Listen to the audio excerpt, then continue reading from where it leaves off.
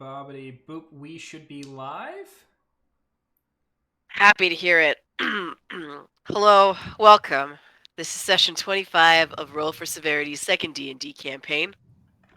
I have the flu, but we are going to power through this because I can't get my players sick, which is the great thing about playing from home. That said, we may reach a point in the evening where Mel's voice no longer works. See? Oh, I just sound sexier. So, For those we who like stream the gravel in the throat style voices. Yeah, if we could get some soft jazz playing in the background throughout this entire session. I could just chain smoke the entire time. We stream live every Sunday at noon PST right here at twitch.tv/rollforseverity. Every second Sunday is Giggle Session at 5 PST. I'm Miss Wolfinger, the DM for this campaign, and I'm joined by the three lovely people that you see before you, Kit, Tom, and Giggle. If you are looking to rewatch any past videos, Giggle will upload them to YouTube about a week after they've aired, or when he remembers. A month goes by, like, I haven't done anything in forever. Whoops, here's 10 videos. So if he crosses all of his T's and dots all his I's, then he's good. Before we get underway with session 25, some more things to go over.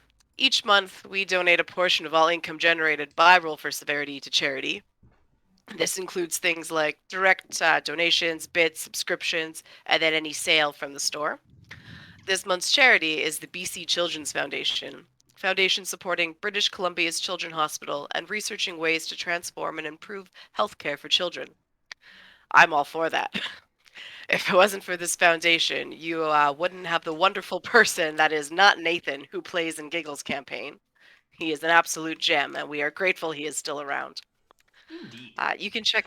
Yeah, he's a little shit disturber. He puts the K in chaos. Which I wonder if that's why he's named his character that. I don't know. No, K is K because everything's okay. It's like okay, but with a silent O. Remember, Mel? Oh, yeah, that's right. That was canon now. You can check out their website at bcchf.ca or on Twitter at bccchf. Great organization. Check them out. Having previously mentioned the store, there is one, and it is full of cool swag and all this kind of stuff that you'd find on TeePublic. And it's specifically teepublic.com/user/rollforseverity, or you can just click the link below the stream. The last thing to say is this is not a pre-made 5th Ed campaign. We have varied rules. We use different player in-game mechanics and make some weird adjustments. So the rules as you know them may not always be as written. It's going to be super homebrewed and different up in here. I think there are no other announcements to make. So without further ado, to my players, good luck and what happened last time. Well, we fell for the schmuck bait. Hey. Yeah, and Thomas saved the fucking day. Woohoo! Marsh just powering through a sleep grenade to drag both of our asses out of a basement. Yay for having an automatic con and also getting a 20. Yep, the nat 20 to keep us schmucks alive. Explaining it to Boar, I was like, I hate to derail them because I need to get them to a point, but I did it anyways. And I was like, then one person just fucked it all up. I was like, there's no way they can get out of this. Rolls a natural 20 on a Constitution save. And it wasn't just that, because realistically, getting you out of there was going to be harder. But Naroke, in a moment of brilliance, gave Marsh the strength he needed to drag your asses out of there. It's like, I got one thing left I can do. Have a power up. Yeah, I don't think the invisible servant could have carried the other one, which would have been unfortunate. That was great. So now I think we're all unconscious in the woods somewhere. Which is much better than a random basement, probably. Probably. It's true. So specifically, you finished the journey to Newport, having, I almost say shacked up. Walked Shacked with up means fucked. okay, I guess it's the same as Hunkered shagged. down. You walked with the caravan. Teamed up. We shacked up with a whole caravan. It I was did- very athletic. Oh my! Oh no. I guess does shacked up for the night then mean what I think it means, or is that what? Okay, yeah. The things Mel's learning today. You walked with the caravan, and then got unceremoniously attacked by an owl bear. And then Broody threw cursed daggers or something at it, and I've got one of those daggers in my inventory. she learned is imbued with True Strike. Yeah. Yeah, Broody is super aloof and not paying you much mind, and did very little in that fight except throw a wicked dagger. The fucker Into KS battle. is what he did. Yeah, he did. He did KS you. And you made it to Newport. Broody wandered off. Caravan went about their day, and you came to a fight in the middle of town over someone that was missing.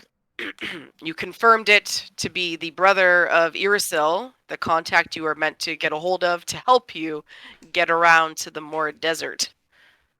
But it seems like the facts may have been switched out a bit because Irisil can't physically help you. It's her brother that has that power. And of course, he's missing. Which also, of course, throws even more shade on our oh-so illustrious employer. Yes. Your contact, Morphe, I suppose you could decide if he was the one messing the facts, but Someone involved in this process is a dipshit. he just told you what he supposedly knew. I blame Toad. I thought this was like some sort of like 3D layer manipulation or something. It's like, I'll give him the wrong name and then. Yeah, 4-dimensional fucking chess. See, we're gonna get to the end and find out that, what's his name? Our employer. Oh, Ginley. Gimli. We're gonna find out that Gimli he's actually the Est. head of this cursed dagger organization. The Devil's Eye. Of the Devil's Eye, and he's the one, like, he's like the mastermind behind all of it. So, like, I need to collect all these artifacts so that we can do whatever the hell the Devil's Eye is trying to accomplish. And so it's like, we can just manipulate everything along the way. And then just get Perhaps. stabbed in the shin with a dagger. By yours truly? Probably. Permitting I don't kill something else with that dagger first. But I have bigger That's true. weapons that I still have to lose. Oh yeah, shoot. I gotta get you some humans to kill. You guys are just not... Yeah, I don't know. We have a tendency to not kill humans and then to give them money so they go away. Or give them Money. the means to kill other humans and leave. Have we actually killed a human yet? Oh god, good what hap- question. What happened Because- to the person at the end of the train caper? Did we do He that? had his neck broken by the doctor guy. Oh Yes, yeah. we did not kill him. Oh, We just fed his corpse to the rat yeah, dimension. for some reason I only can remember the rats in that encounter. Yeah. I wonder why. The doctor broke his neck, and we fed him to the rat dimension. We definitely played a part in the untimely end of the mayor, but we did Holmes. not directly kill him. We Right. didn't. But what about was killed- Holmes? Holmes was not killed by us. Holmes was killed by a poor decision we made, but not directly by us. I know. Actually, technically, Holmes was killed by a poor decision he made. Well, you got him high on drugs. I did drug him. You did drug him, but then he was the one who thought it was a brilliant plan to go face to face alone and accuse the person he thought was the murderer. Because I gave him drugs. You give him drugs that make people excessively paranoid. So yeah, our body count is technically 0. Yep. I mean, I will- if we want to change that streak. It's not the mayor. Who's the person whose house we went into again? Meeks. Yeah, no, she Meeks. is the mayor of this Newport, the little village. Man, it's always mayors. Can never trust them. I know. Don't trust mayors. I mean, we're in another town. We've got another mayor. We could do another lynching. Oh See. no. I will try and give you guys more people to murder. I don't know. I kind of like that we haven't technically killed anyone. We are the best scoundrels ever. Just in Lawful tight. good party murdering people left and right, and we're over here like, well, what if we just gave them money so they went away? I think really killing them would have been that much more of a hassle. I have to clean my weapons after. No, Yeah. you don't. You just leave them in the person. I suppose. Well, I'd have to clean up the new weapon I'm going to start using. But I'd also probably have to clean my armor because, I'm sorry, grannies are probably messy. You were also just stabbing a owlbear like a day ago, so I mean that's still, that blood still counts, right? True. But it's easier to pay a person to go away than have to deal with the rest of the consequences. Yeah. Because then if they have other offspring, then those ones vow vengeance against us and try and hunt us down later, and that's another body to the count. Too many loose ends. So wrapping that up, got to Newport, located Irsil. Her brother Taryn is missing. You guys are gonna help her find him so he can help you teleport, because that's really cool. You did some digging and saw that Meeks, you found out, wanted to talk to him before his disappearance, so you decided to break into Meeks Manor, which was void of all life as you were going through.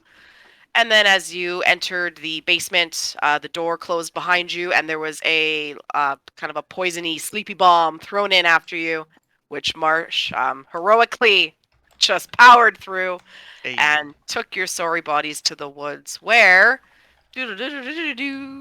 Time skip. Marsh, you're waking up, safely nestled amongst the shrubs of the forest on the outskirts of Newport. Your body is slightly sore from sleeping on the hard ground, although you're fairly used to it. And also dragging two grown people, one of whom is a Goliath, out of a fucking basement. With the And 300 Goliath's pound gear. The Goliath's gear weighs as much as the Goliath. Yes. Is that why you just have that spell ready, just in this kind of circumstance? You need Marsh to hold your bags. Just cast the spell, hand over the chest. It's like, you've got this. Actually, no, technically my equipment is heavier than I am now. Yeah. Yes, which is why Marsh would have really struggled without that. Don't lean too far back or you're just going to keel over. No, see, I'm not even over encumbered yet. I'm not even close to being over encumbered yet. I'm just talking in terms of sheer physics, center of mass. Sheer. No, see, Naroke You just, carry Naroke limits just has that got permanent nothing on forward physics. Guy who skips leg day.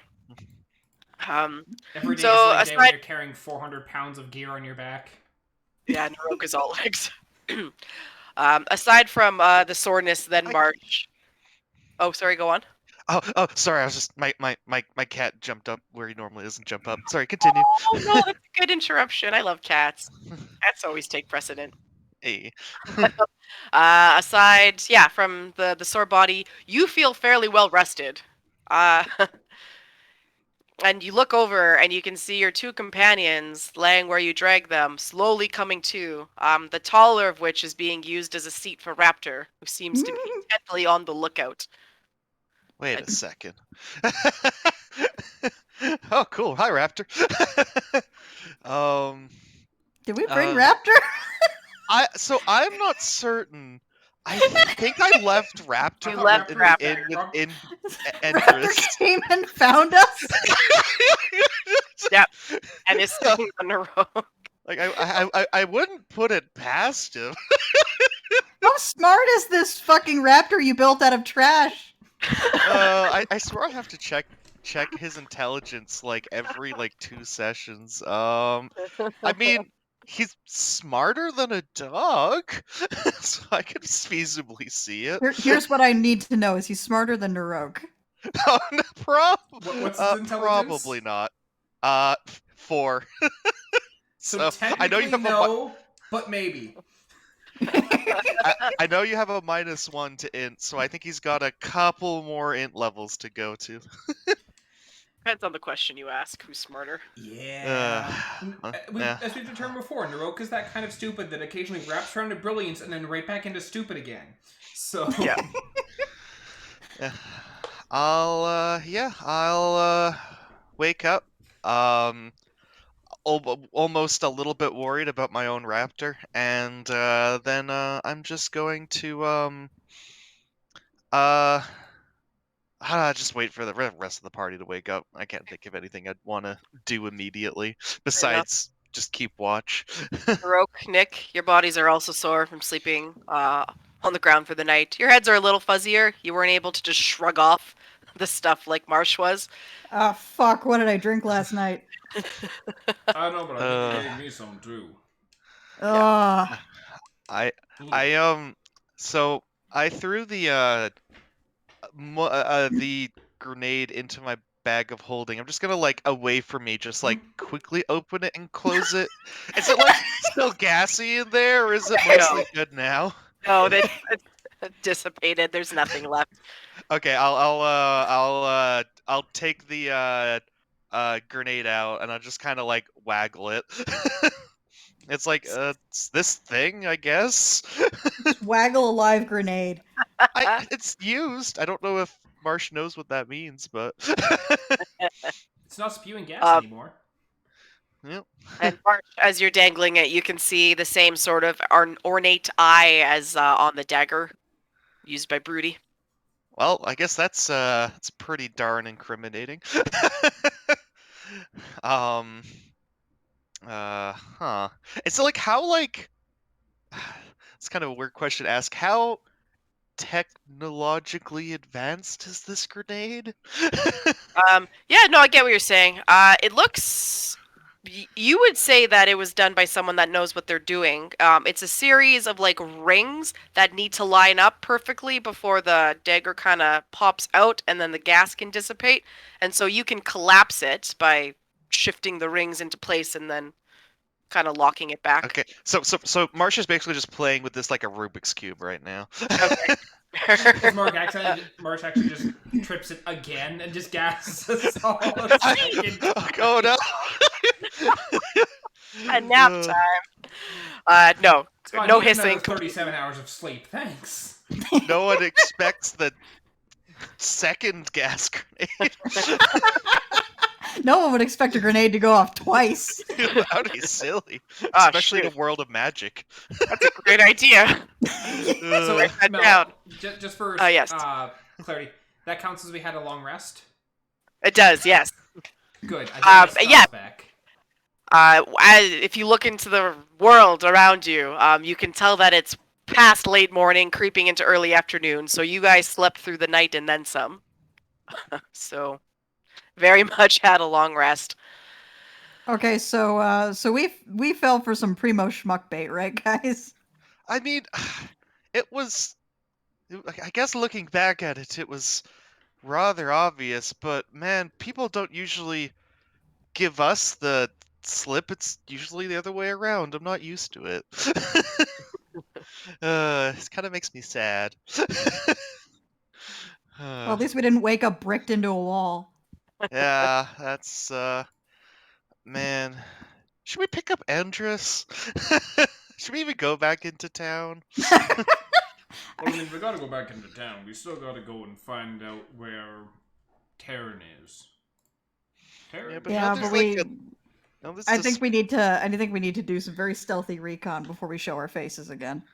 Yeah, but Naroke there's a whole like one step, trips on a rock, the clatter of his armor as he rolls and stands back up. It's like I think I need to do some very stealthy recon before we show our faces again. Yeah. Spooky eyeball cult. Yeah. That does beg the question then. What are your guys' thoughts around what happened in the manor? How do you want to go about things? Because obviously it was Meeks' place he broke into. Meeks wasn't there. I think Meeks is fully guilty and involved for the fact that she totally just had the cult book in her bookcase. And there is that under the mattress. Yeah, and the dagger. So like, I don't know. In regards someone is to framing Meeks really, really hard, or Meeks is absolutely part of it. I'm going for the second one. I'm thinking in regards to potential leads. I think Meeks is still potentially one of the only few directions we have. But granted, that one won't feel bad if we just, I don't know, just bag her in the middle of the street and maybe be able to get her to answer some real questions now.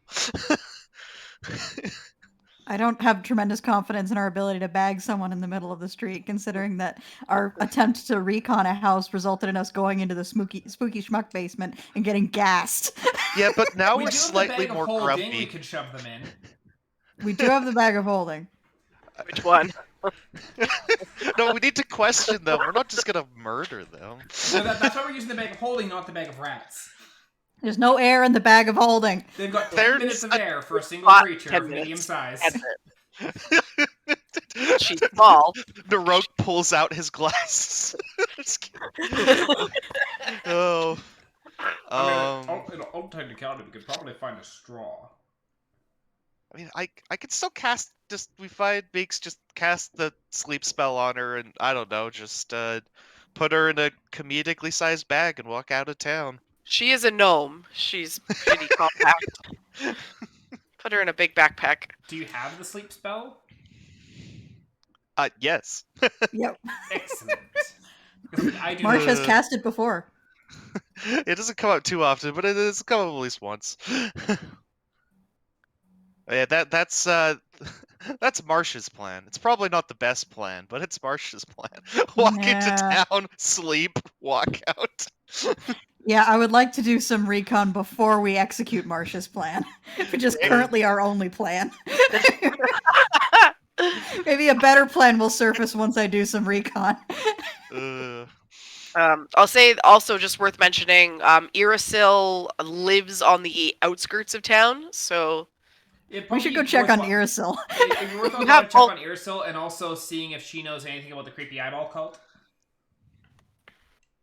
Yeah, that's a good point. Potentially, the person we need to help us teleport might, I bet, has somehow got involved in this whole eyeball nonsense. Because Meek seemed particularly annoyed about them. So Yeah, what not was only the that, but we cult said called? The we- cult of the Devil's Eye. Devil's Eye. Devil's Eye. Yep. And also, like, right after we say to Meeks, by the way, we're not going to leave until we find this guy, we immediately someone immediately attempts to take us out. So I feel like that's related. We should go check on Irasil, and I have a disguise kit. Hey. Part of me, just because I just love chaos and just the abrupt, like, the reaction people have, it almost be entertaining just to go and visit Meeks again. Just pretend like nothing happened. Pretend like nothing happened.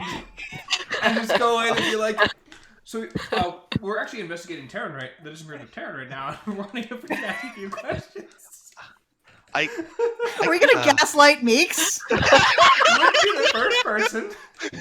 Just ask the same set of questions over again. We asked It's a the time first loop episode, but only for us. Exactly. Only for Meeks. The same tone, the same people asking the same questions. Don't let on that anything's weird. Yeah, make no indication of having tried to break in. That's how to go, yeah, we just got into town. We're looking to investigate Terran's disappearance. And the brain damage. And the brain damage. Okay, I don't care if that's a stupid plan. I think we do it. I actually First, we should check on Irasil and Well, let's get check the on lay of the Irasil land. first, and then let's go the main into reason- torment Meeks a bit. the main reason I like this plan is I feel like if Meeks leads on to we know what's up, they might just ditch town or do something drastic. I don't know. Granted, they probably, if she was involved in the potential kidnapping, she probably knows it didn't go off well, considering we're in no one's possession. But who knows? Gaslighting. Which just adds to the hilarity of, especially if they didn't see you dragging all of us out. There's the kind of situation where, oh yeah, we just got into town, and like starting the entire thing over again as if nothing has happened. So No I just indication. pictured they throw in the grenade, open the door, and it's like, what? They're gone. Did we do it?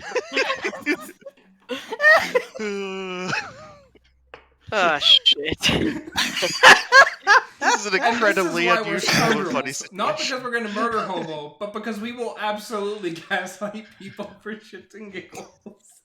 You're just gonna fuck with them because you can. Yeah, They because it's fuck with funny. us. It's very much a situation of fuck around and find out how awful your life's going to be for the next little bit as we keep tormenting you.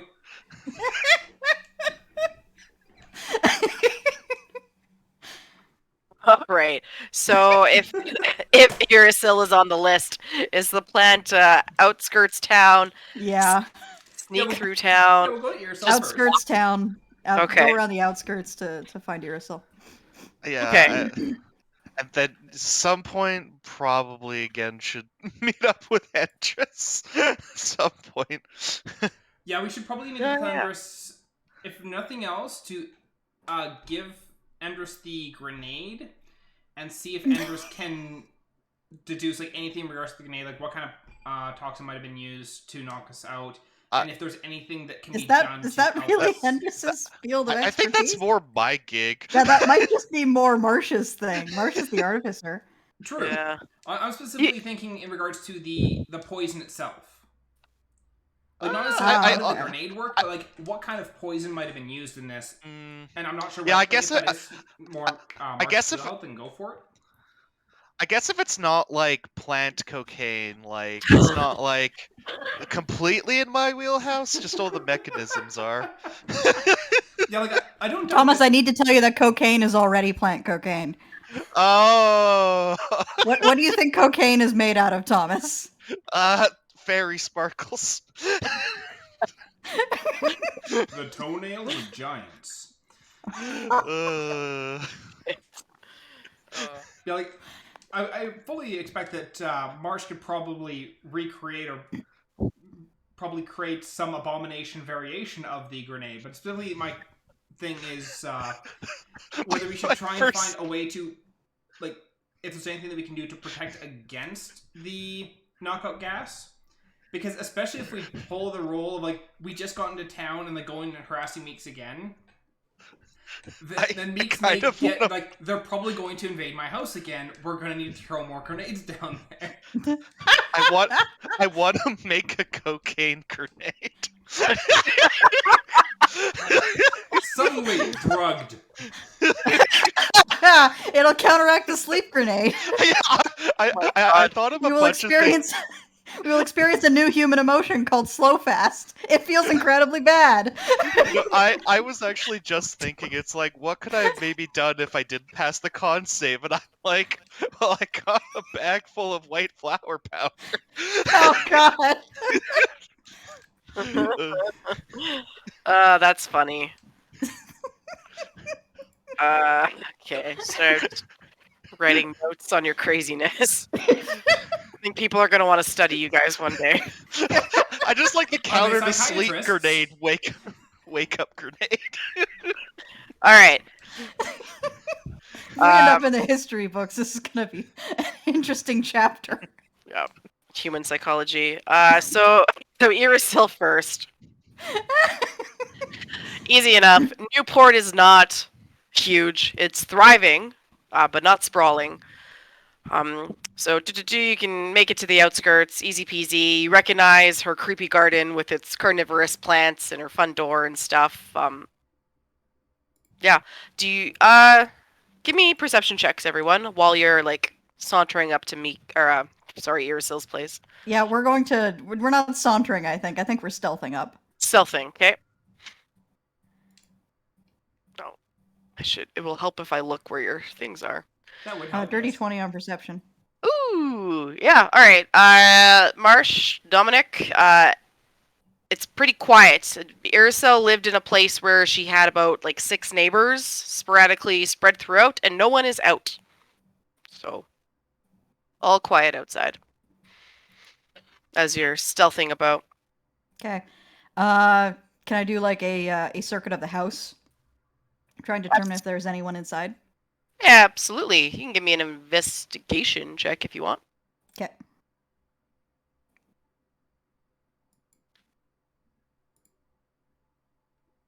$11. 11. Well, it's not too hard to hear that there are 2 people in the house having an argument. Hooray! Or what sounds like an argument. Can I hear who's participating? Yeah, it sounds familiar voices. Irisil and Desric. who Okay. is Taryn's partner. Okay. So I guess I will motion that we can probably safely go and knock on the front door. Sure. I open the front door. All right. Well, it's locked, so Ah, damn it. I will knock. perfect. I So was from about the to say, I have door, a key. yeah, I'm sure you do.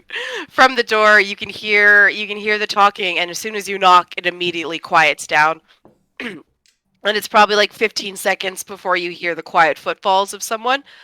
And there's a little that slit in the door that people can look through. That's not a peephole, but I guess a peephole. And that slides open, and you see the beautiful brown eyes of Irisil before it slams shut, and she opens the door and motions you in quickly. Okay. We scuttle inside. And she's gonna say, "Oh my God, what happened? Where have you been?" So, They're finally About on to that- us. You say where have we been? How long has it been? And just actually, Irisil is gonna look at Desric, and you see Desric pop out from the kitchen, and he's gonna say, "Well, it's been 3 days." oh shit, that's why I'm so hungry. That explains a whole lot.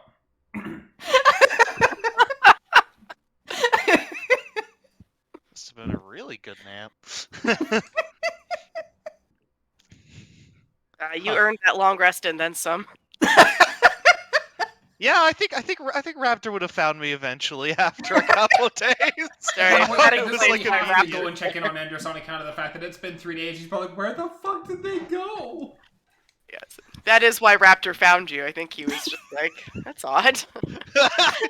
He's late. His Normally buffer not this- cleared, and he just reverted to his last command, which is follow me.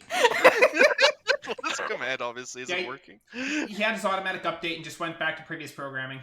Reset Yep. defaults. Settings there. Yes, three days. We thought something had happened. Something did happen. Clearly. Yeah, we broke into Meeks' house, like schmucks, and proceeded to get gassed. Also, speaking of which, do you know where Meeks is? And Desric is gonna pop out and say, "Well, 2 days ago she was at my door beating it down, demanding answers, threatening to have me arrested. For? Insubordination." I didn't think Classic. that's something you could arrest someone for when Well, you're he's not in the necessarily military. I'm starting to think this town's corrupt. No! Question. Naroke's just gonna pull the dagger and toss it on the table. Do you know what this is? They both look it over. Desric is the first to shake his head, and Irisil takes a closer look, holds it, and says, "Honestly, I've seen so many interesting artifacts in my days with Terran, but this one doesn't quite ring a bell. It's not to say I haven't seen it before." Anything with that particular eyeball? Nothing at all? No. Darn. Yeah. I get the feeling that a reasonable amount of this town may be a cult. Surprise. Well, that's Irisil's just gonna say that's problematic. You don't say. Like, also, pretty sure I know most of the people here, and they're not cultists, or I would hope not, but Okay, is it possible Meeks is in a cult? Because we're pretty sure Meeks is in a cult. did you find this in her house? Technically, we found this one in an owlbear, but we found the same. We found another one in there's her another house. one in Meeks' house, as well as a book. And why do you think it's a cultist's book and dagger? That's The motif really Of the fits. Devil's Eye kind of spells cult. Yeah, you know, the fact that inside the book it was like, this is a fucking cult. Never mind. All right. Cult stuff. The first person we met that had this symbol just kept wearing a like a dark hood. Also, the DM called him a cultist. Well, That the might DM also called be him a cult, factor. but we kind of determined he was a cultist even before then. I wasn't even having the flu then. There was no excuse. I just had my cultist token that I labeled cultist, and then suddenly that was the name for him. Won't make that mistake again, Farther Farmer. Anyways, Irisel was going to say, well, that's pretty damning that maybe Meeks is a cultist. I can't refute that. Oh, and if Meeks is a cultist and you didn't know that, how many other people in the village could also be cultists that you didn't know that they were cultists? So, really. Even your best friend could be a cultist. Looks over at the other guy, it's like, are Ezra you a cultist? looks at her. I see your point. I'm renewedly terrified, whatever. I look at both of them and say, cultist says what? Silence. Damn it. Damn it! It usually works. I think we broke Mel. Like, what have I got myself into? So was Meeks there the night you decided to pay her a visit? No. Not sure if Meeks is the one who threw the grenade in. Depends on who else has the key to Meeks' house. Somebody threw a grenade in. But Also, Meeks was oddly you know plants. not Do you present. know what would have You know like, plants. Motion for Marsh to hand over the grenades? Like, do you know what kind of maybe if this was like plant-based knockout gas? I don't know chemistry. Yeah, it's kind of pass with the grenade. It's like, we haven't quite disassembled it, but it's something to do with a dagger puncturing something and some sort of gas knocks you out. If that seems familiar with a plant or toxin to you. Take the grenade and look it over, and seems intrigued, but not in like a level that she understands. And she's going to say, unfortunately, I don't really study plants and its effects. I just collect the things that I think are cool. Oh, Yeah, I guess that was a bit of a bad assumption to make. Everything I have is from travels with Terran around the world. Just because I liked them. So unfortunately, I can't help you with this, although it's a wonder that you guys survived, I suppose. Seems like whoever was playing this game meant business. We're a resilient sort. Just who I need then. But it's been 3 days, and I just worry about Terran. Well, every day that goes by, I feel less likely we're going to find him. But this is a lead. It's a good one. We just need to find this cult, right? Yes, and we have a very terrible plan. Yes. I mean, it's not that bad a plan. And it's a very funny plan, is what it is.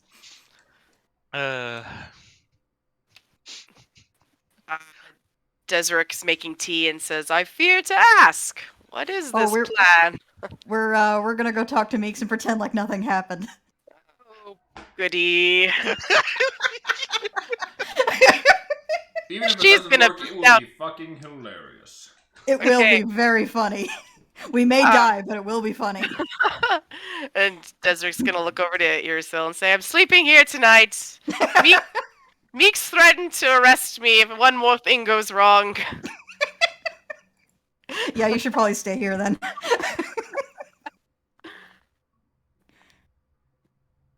Yeah, she was quite insistent that I knew something about all of you. That's a bold assumption. That's a bold assumption for anyone to make.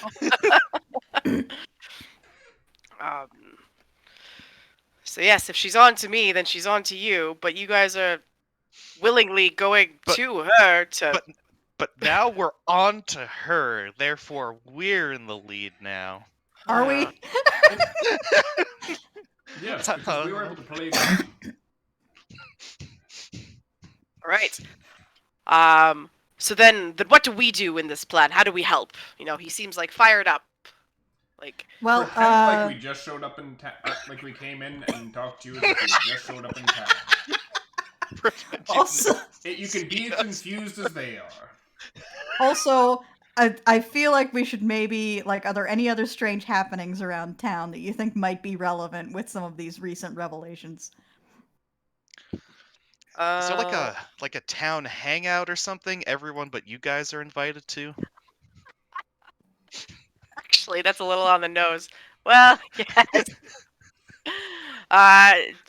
Terran and I, well, most people kind of like us. Some people look down their noses for, reasons. So I guess the local bowling alley. Oh, shit. They have Oh bowling no! here? They do. I would also run a cult out of a bowling alley. You get to go bowling as the cult halftime or as the cult like lunch hour break. Yeah. It's good to have a break between all the chanting. Exactly. Throw some back. Irisil is kind of shaking her head, like, yeah, I'll pretend like I never saw you before and you're new in town, but No.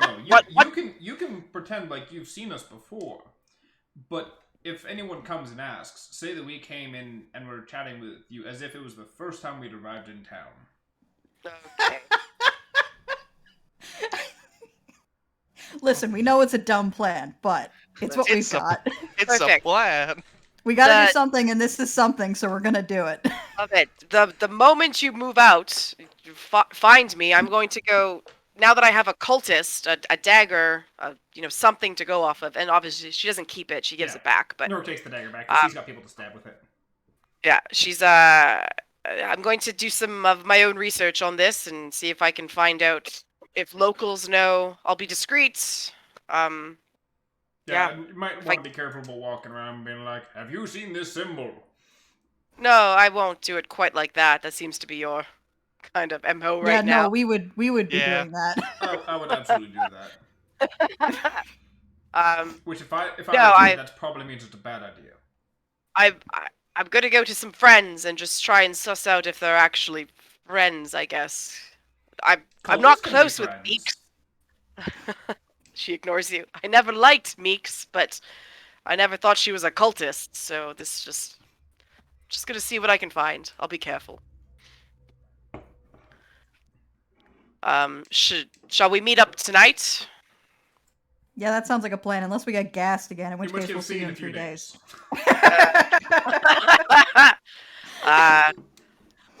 Do we meet up at the bowling alley or here? Probably here. Probably here. Okay, excellent. Yeah, we'll want to scope out the bowling alley before we go crashing in there. And by we, I mean Nick. Okay. Yes. I'm somewhat stealthy too. I am not. Well, I was already going to make breakfast, so can I interest you in some? I am Sure, starved. we haven't eaten in 3 days. I'm hungry as a horse. Irisil will make you up some breakfast. Desric will make some tea. If there's anything you guys want to discuss over the meal, now's the time. About the plan or anything. I guess I'm really curious and I want to ask. In these last 3 days, there's this short gnomish girl we're traveling with. Do you know what she's been up to the last couple days? Just describe Endress. Endress isn't a gnome. Endress is a human. She's very small. I was very short. confused when you're like this gnomish girl. Which I was like, did I What completely gnome? forget like a gnome on that caravan that we cared about? What? Sorry, Ed. In Marsh's head, she's just short. Marsh cannot actually tell different mammal species apart.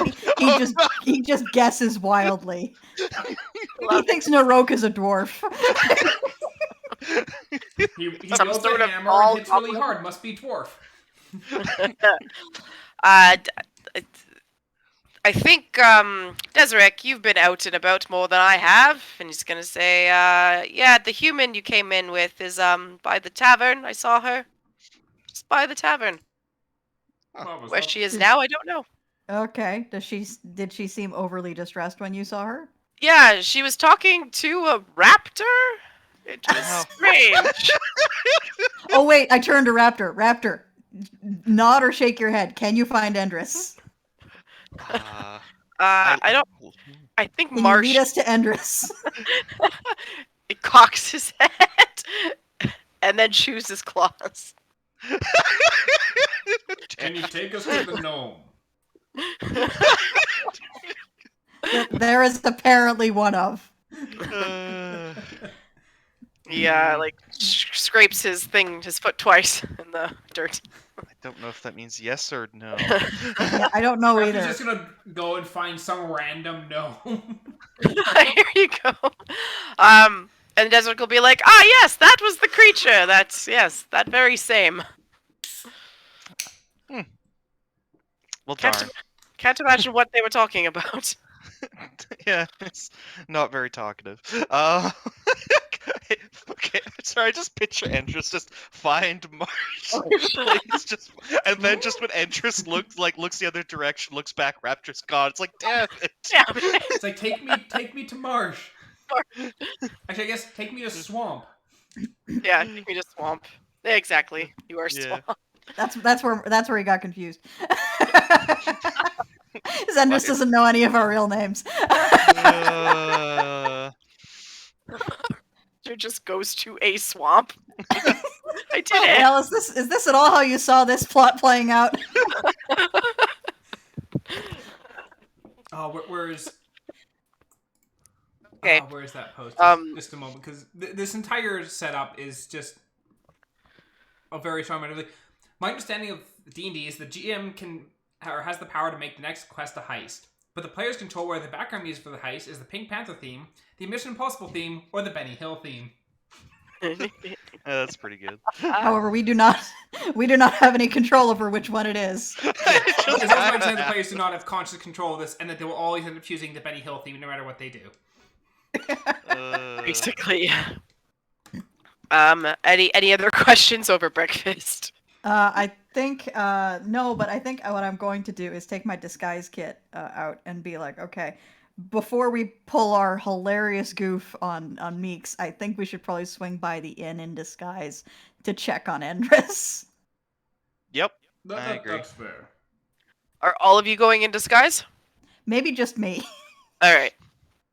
I could wear a very big hood. It seems to be dark cowls is what people wear. We could paint it green. I could be an orc. Maybe just me, and then maybe I will ask Iracil if I can borrow some of her dresses and go and drag. Yeah. Iracil has a huge collection of wares and dresses and clothes from all over the place, and she's happy to part with anything you need for your elaborate ruse. All right, cool. Yeah, I guess I'll hang back. I'll spend some proper time messing with this grenade. Hopefully, maybe I can get the poisonous part out of it, so it's easier to be like, "Hey, do you know what this is?" That's what I'll do. Okay. So Dominic, are you just gonna run to the tavern, try and find Endris after breakfast, and then come Yeah. back, or meet And then people? come back here, yeah. Okay. So you're going in drag disguise? Yes. You're on Okay. Slamazon Prime. Can I model myself a little bit on Slamazon Prime? Yeah, you can. Pink wig, because they all had pink wigs.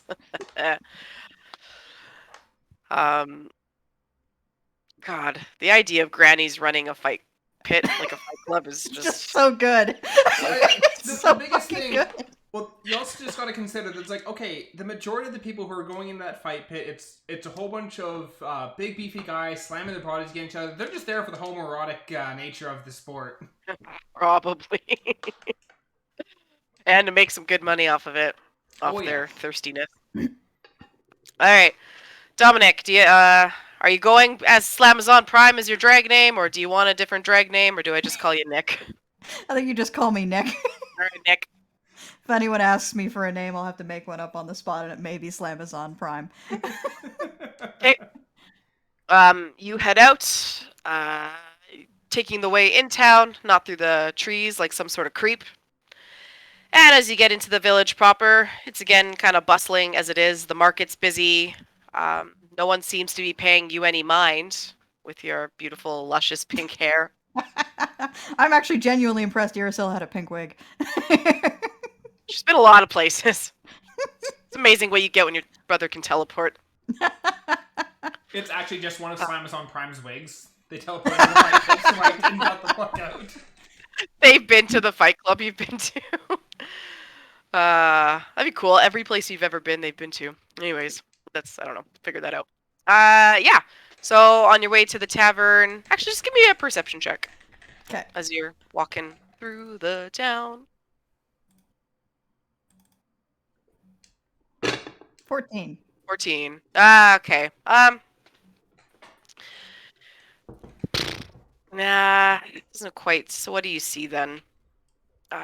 You do notice that as you're getting to the tavern proper, there was a man that was just kind of like leaning against the back wall, having a smoke. And as you appear, he kind of does a double take for a second, and his eyes sort of like what is that? And then he wordlessly turns on his heels and saunters in the opposite direction. Yeah, considering this outfit, that seems like a reasonable response. And you are at the tavern. Okay. I will go in and look around and see if I can find Endress in the common room, and if she's not there, I'll head upstairs to where her room was. She is, in fact, in the common room as soon as you enter. She's got many of the books that Naroke had acquired for her to mull over. And she's chewing the end of a pencil that just looks ratty and awful now, like she's been chewing it incessantly for a few days. Uh-oh.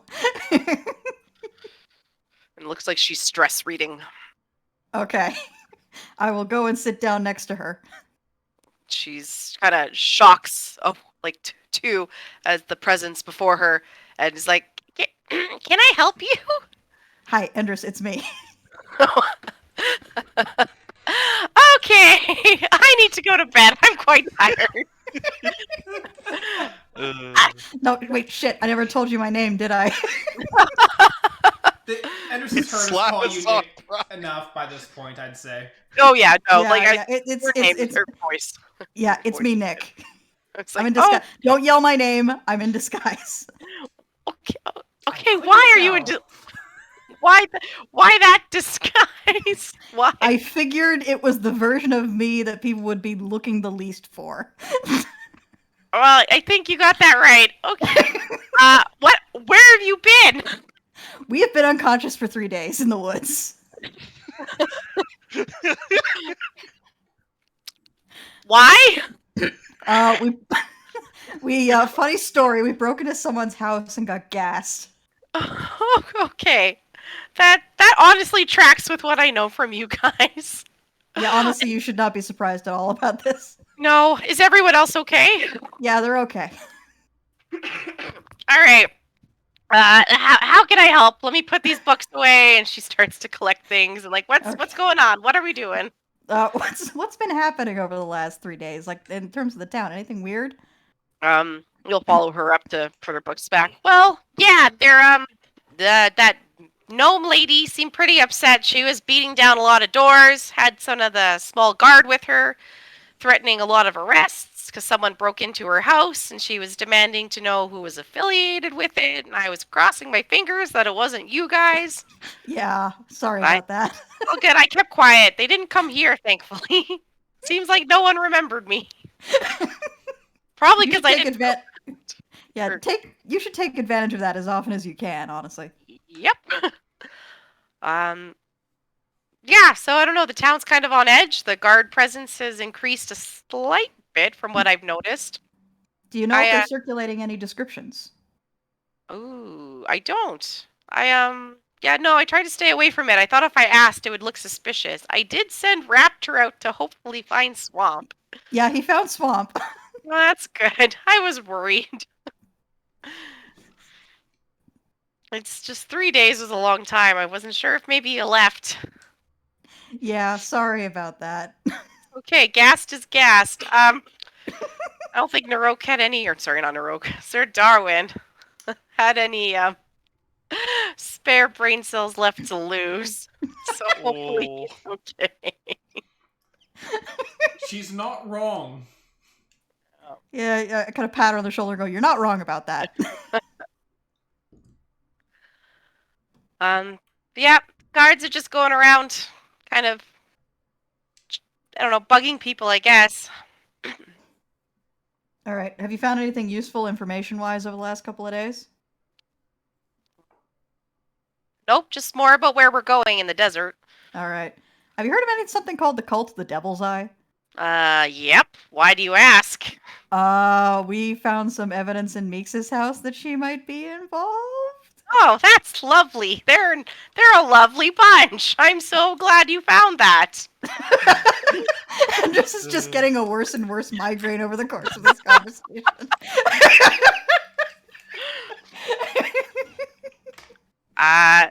They're a shady organization that operates from the south, and usually their appearance means someone dies, and the only good thing about them popping up means they go away once they got what they need. So they usually come up, make your life hell, and then go.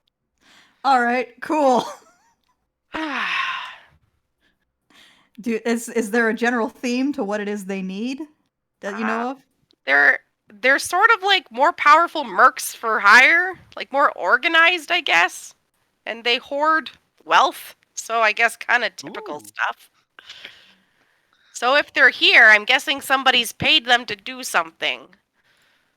Interesting. Although Meeks being a cultist doesn't really make sense. Why would she be living here? Anyways.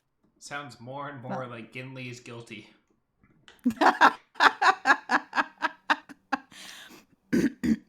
All right. Well, my advice, keep your head down. Try to take advantage of the fact that nobody seems to have noticed you very much. And we will do our best to keep you posted, or at the very least warn you before we do something that's probably going to get us knocked out again for 3 days. Speaking of, we're probably going to do something that gets us knocked out for 3 days. Oh my god. Okay, well, send the raptor back and I'll follow him this time. Actually, don't forget to ask about if Endress has anything that would prevent us from getting knocked out. Oh. Yeah, do Like you have copious amounts anything of to... caffeine. Do you have anything that might counteract a sleep agent, like a sleep gas or something? Let's just see what she has. What is lesser restoration? The lesser restoration do? Apparently nothing, considering that Naroke used that last time and it did jack all. Oh Yeah. yeah, that's right. Condition. That's right. Because this stuff was made by you don't know who. Not on me. I mean, I can work towards making something. I'll go to the market with my hood up and see if I can find some stuff to help. Honestly, if you go with your hood up, that'll draw more attention than if you just, like, go. All right, that's a good point. I'll just go to the market. Give me a day and I'll see what I can put together. Okay, well, we'll see you in a couple of days regardless. All right. If you're moving out to do some big thing, let me know. I want to help. Okay. And good luck. Endress Thanks, is Endress. now actively wanting to participate in our shenanigans. Yep. We have corrupted this poor Corruption. gal. Well, she's grown attached to you, and you guys dying isn't great. All right, so I'll head back to the house. Okay. You get a couple whistles as you walk through the town. It's kind of annoying. Flip the bird a couple of times. Excellent. Yeah, and make it back to Irisil's place. All right, so Endress is fine. She had some information that the cult of the Devil's Eye is apparently some kind of like mercenary organization. People hire them to do stuff and acquire stuff. So, are they a cult or a mercenary band? Might be both. Huh. It's like...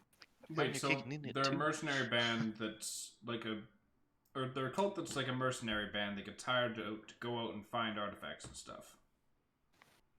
Looks at the bag of holding that has the 2 artifacts in it. Yeah, wait, is that us? No. Are we bad? Are we a people? cult? Are we the baddies? No. we just like money. That doesn't make us bad. Wait, do we like money? No, we're just trying to get our memories back. Also, I do like money. Like, You talk like about money, but have no mercenaries. problem with parting with it as needed. Or Well, as yes, I everybody's fancy. like acquiring it. Once I have it, like, you know, it just kind of sits there. But I like getting it. We're not like a dragon. We don't like just hoard it and never use it. Yeah, no, money is there to be spent. While Nick was gone, did I make any progress trying to separate this grenade a little bit, or took a bit more time?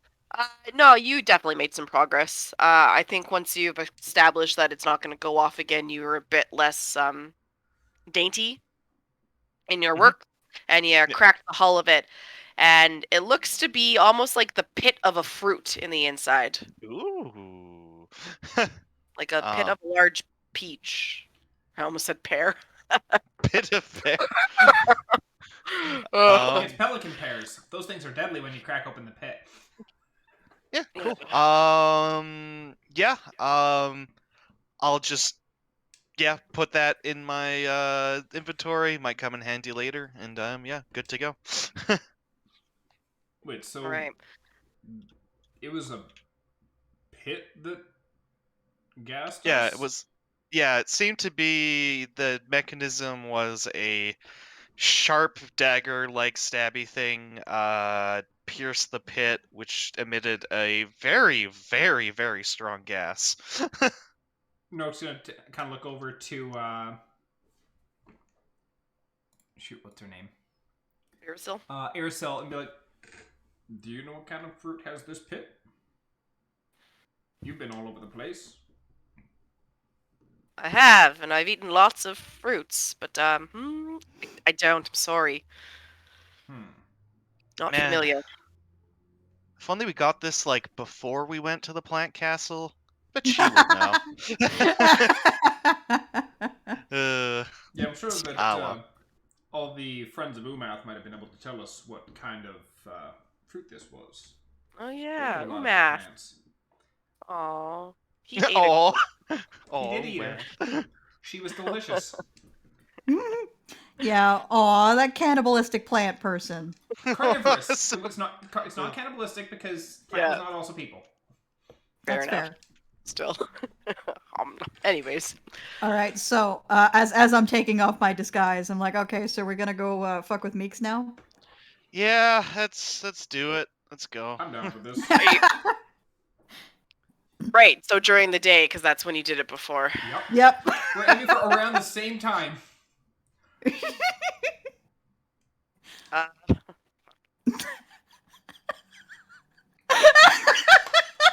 Are you still in disguise, Nick?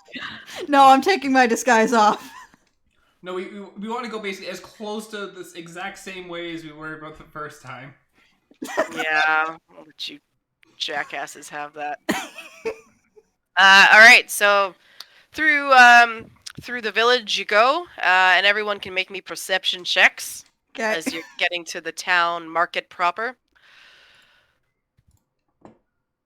What do we got? Dirty 20. Hey, that's pretty good. 16. 16 with a nat 20 on the other 9. side, and then a 9. All right, so Dominic and Marsh, as you're sauntering through the town, clearly not trying to be like stealthy, you notice that like not everyone's stopping to take stock of you. It's only like maybe one person each kind of block is like noticing you and paying attention and like not like wow look.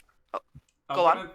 One other thing, as we're on our way to go and taunt Meeks again, Naroke is specifically going to go to all the merchants who he had asked the last time he was in if they have diamonds, and ask if they have diamonds. I realize at this point they're not going to have diamonds, but just to add to the ruse of this, we just got into town. We have no clue what happened 3 days ago. We're not just gaslighting Meeks, we're gaslighting the whole town. You can do that, and just like before, each merchant has no diamonds, and they all kind of go, but the one is like, but you were here yesterday, Sonny, don't you remember? You mean 3 days ago? I mean, sorry, 3 days ago, yeah. No, that's not possible. We actually just got into town today. Is that so? I'm pretty sure I'd very definitely remember if I had been through here 3 days ago. We were actually out in the woods. Ran into a little bit of trouble on the road. Apparently the area got collapsed in, but yeah, we just got into town today. And a diamond, you say? Yeah. A diamond, but no, unfortunately I don't have any to sell you. That's unfortunate. Oh, but that's quite all right. I figured I would check to see if anyone had diamonds. The lizard and the handsome fellow and Oh yeah, they're my all right. companions. We all just got in here today. All right. Well, if there's anything else I can help you with, please have a look around. Diamonds was the main thing I required. That being said, if you And- do end up getting a hold of any, do let me know. Of course. Welcome to Newport. Thank you very much. And I think most of the conversations go that way because Yeah. the three of you are pretty damn noticeable. Yep. Everyone's Oh, for sure. kind man. of confused. The way I This might be figure the meanest thing we've ever done. Well, see, in the way I figure it, the more people that are like that we have told, like, no, we like just got in here today. The more credence there is to that statement, and so people who, especially people who didn't see us the first day we came in and are seeing us now, it's like, no, this is the first I've ever seen them. Also helps to add to that gaslighting of the other people. It's true. The lengths we go as a party because Naroke can't stealth. 100%. Naroke can't stealth. Naroke has just- disadvantage on stealth checks. Better gaslight a whole town. Just so we don't have to hide him. Kelsey, I'm gonna convince you you're crazy. You've never seen me before. Unreal. Yeah, one of the merchants. He kind of argues with you a bit, but your delivery is so deadpanned and he asks the buddy like, you recognize this guy, right? His buddy's like, I ain't seen these guys before, which only like corroborates your story, and he looks we kinda really stand just out. So, like, if we had been here before, then obviously people would know that we were here. Like kind of motions to the other person who hadn't seen us before. yeah, like the guy's really pointy here, and he points to you, Marsh. It's kind of pointy. I noticed pointy people. I didn't notice him. I shrug. I notice pointy people is a powerful statement. And then the merchant concedes, like, welcome to Newport. No diamonds. That's unfortunate. Well, thanks for taking a look, anyways. And then the friend, nice meeting you, You as well. Have Buddies. yourself a great day. glaring at him. Doesn't know what's going on. You guys are Oh, weird. and my chest hurts.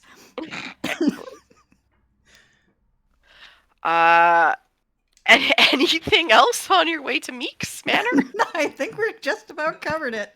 Yeah, the diamonds and going to visit Meeks were like the two like primary like things that we done. I suppose we could go back to the tavern and be like, yeah, we'd like to rent our rooms. I rooms don't already think we have need to rented? commit to the bit that hard. Yeah, we don't have to. It was like I think that's the only other thing that we had done last session that Yeah. was like direct interaction with the NPCs. Yeah, that would be a weird conversation. I don't know how that would go. Like, you have the rooms, get out. I'm not doing this conversation. All right, so you make it over to Meeks Manor. It's it's late in the afternoon because you guys had woken up so late. Yeah. You had a late kind of breakfast, so not quite dark yet. The streets are quieting a little bit as people are starting to kind of get on with their days, busy at work. Yeah, you're at the door. Anything specific? Are you gonna do anything before barging in? I think we just knock. We just walk up and knock. Knock, knock, knock. We're in town. We talked to Irisol. We're trying to gather information about her brother, and All right.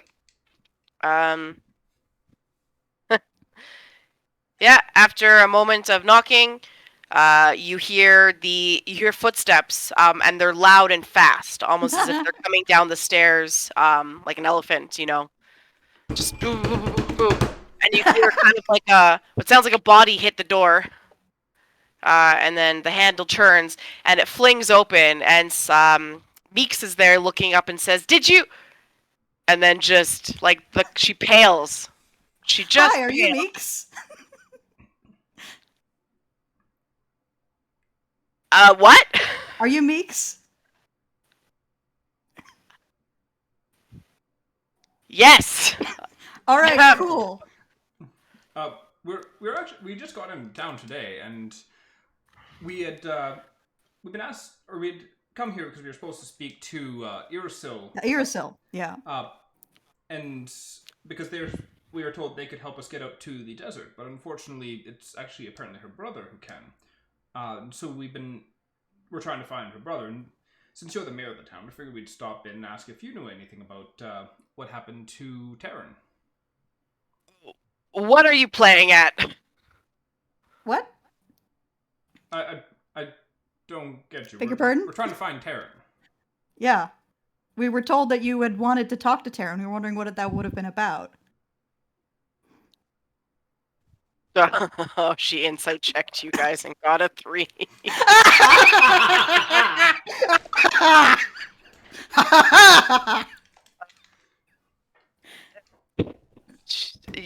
Like, you see her, she's like looking back into her house and there's no one there, but almost just like Am I something getting helped pranked? me here. Am I being punked right now? Sorry, you asked a question about Taryn. Yes. Yes, we're sort of looking for Taryn, and we know that the morning he disappeared, that you had wanted to talk to him about something? Yes, Taryn's helped me with many jobs before, helps me find things, and I wanted to talk about another opportunity with that.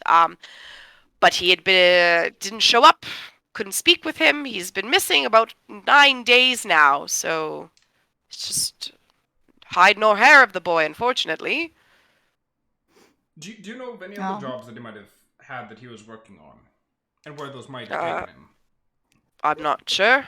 I'm sure he keeps a ledger somewhere, but I am not privy to that information. Is it all right if we ask what it is you wanted him to look for? I suppose just an orb, family heirloom that had gone missing many years ago. My father's father's orb.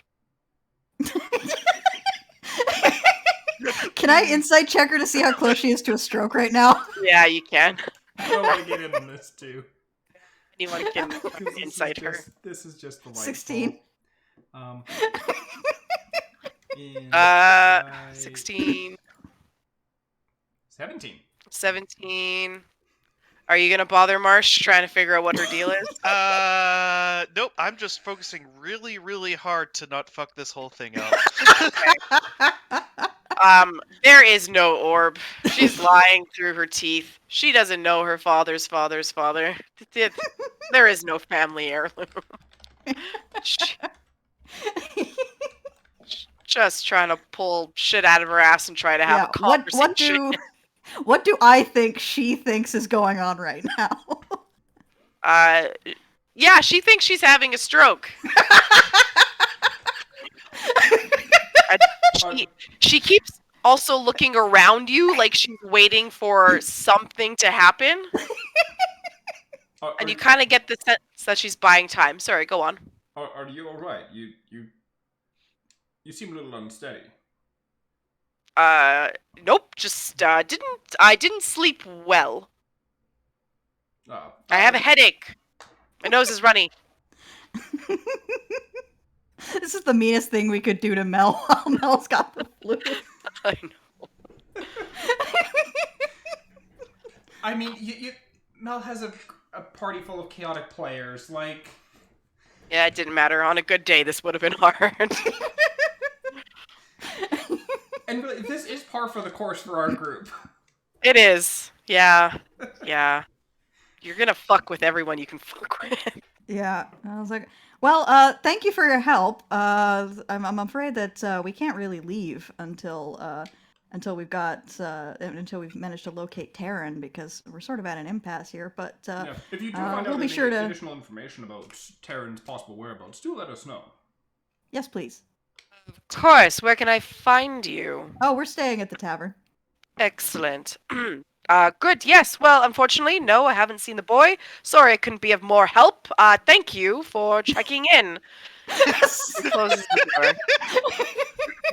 You hear some locks, and you Okay, hear the stomping going upstairs. Okay, Are after we I breaking hear into her the go house again upstairs. tonight? So here's the thing. Would they, if we just do the exact same thing, would they try the exact same trap, or do That's we what I'm assume hoping for. better of them? Actually, I'm kind of thinking that they're waiting for us to break into the house again, so that's when we go check out the bowling alley.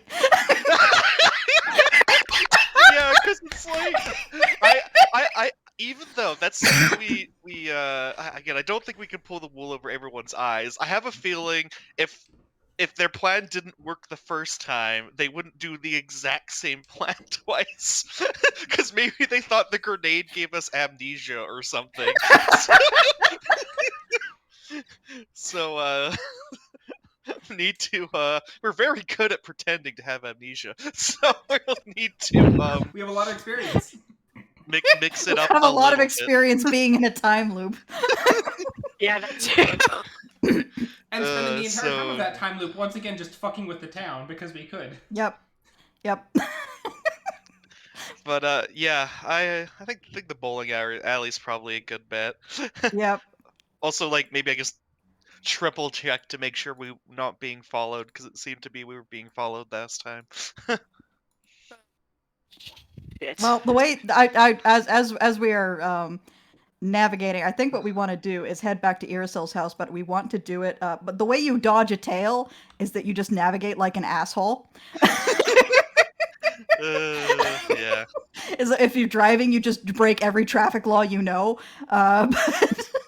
But if on foot, it's just I just want to lead us in like meandering circles for a while winding through the town to see if we can A, spot, and B, shake whatever tail we have.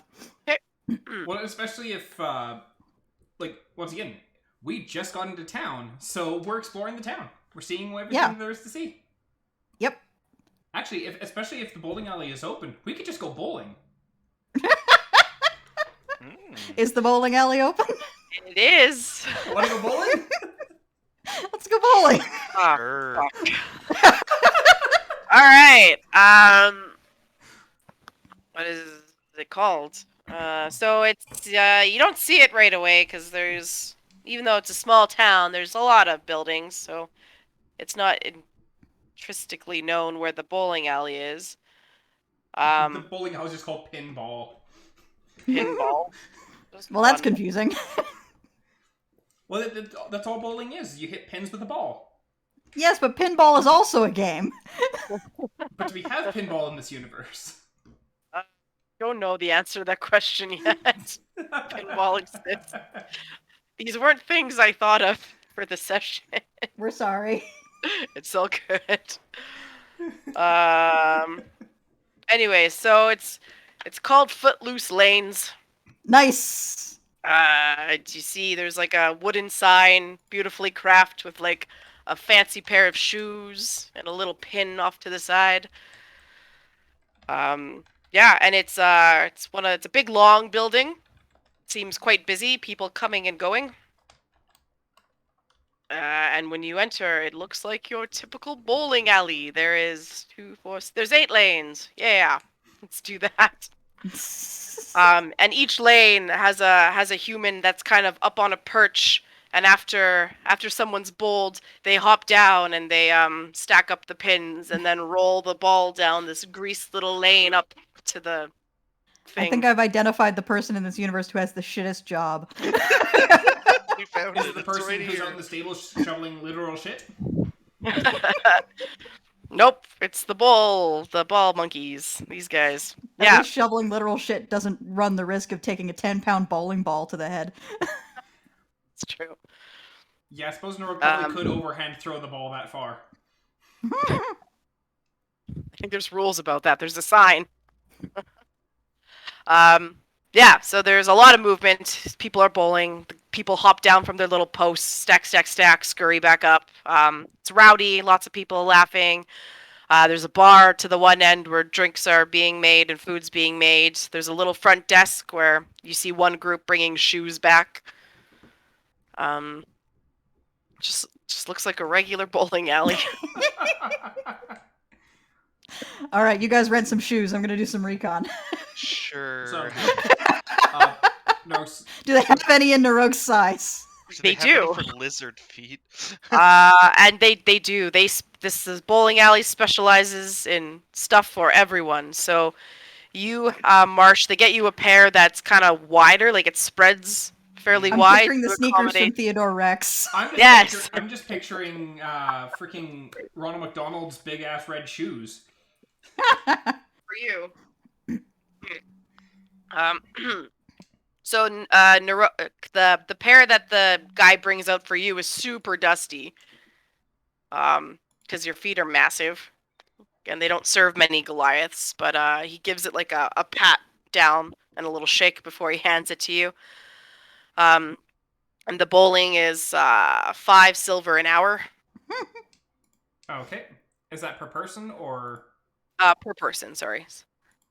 Okay, so I'll just Yeah, okay. since Nick is off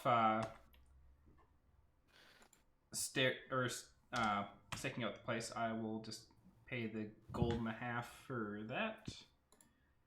Okay. And the man will mention if you're dicking around and you dent the wood, it's 2 gold per dent you cause. Okay. Ooh, pricey. Yeah.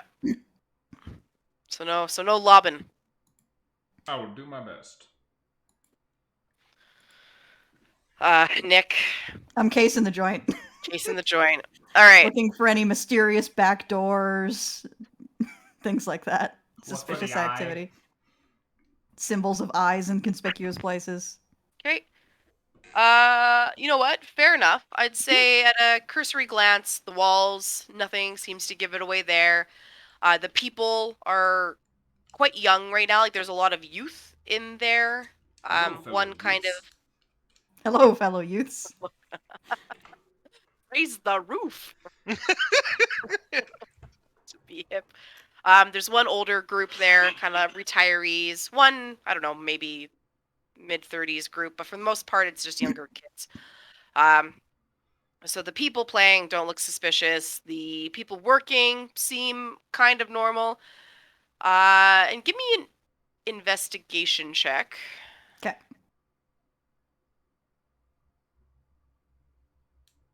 14. All right. So as you're going to the jukebox, because there's a jukebox there, and you're kind of flipping through the little sheets that are inside, and you spot one that has the same symbol as on the dagger, the devil's eyes little mark. Is that just the logo? And Is that just like the cover of the CD? It's the cover of the CD, yeah. Okay. And so Oh great, they ripped off their symbol off a fucking band logo. They totally would. um, This is hot. This indie band that you never heard of. so yeah, that's the only thing that you're seeing so far that could tie this bowling alley to the devil's eye. Is you found one of the album covers in the jukebox. Okay. I will purchase 20 plays of Billy Joel's Second Wind and leave immediately. I think I broke Mel. I'm gonna listen to that song now. Don't listen to it. So 4 gold later, because you would have had to put 4 gold into that for that heresy. Oh my god. That is officially the meanest thing I've ever done on the Oh show. my god. Why that song? Because it's one of the worst to hear over and over and over Oh my again. god. Then, yeah, so within 15 minutes, the bowling alley clears out. That's it. Our time to strike is now. Except this one guy that does the pin cleanup, and he's just jamming out on his chair, almost falls down a few times.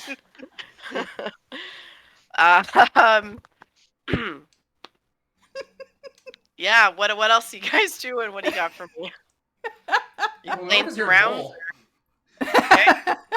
goal. So I guess it's just me and Naroke getting really into this bowling match. Because I guess we're against each other. I'm just picturing the scene from The Big Lebowski where Walt pulls a gun.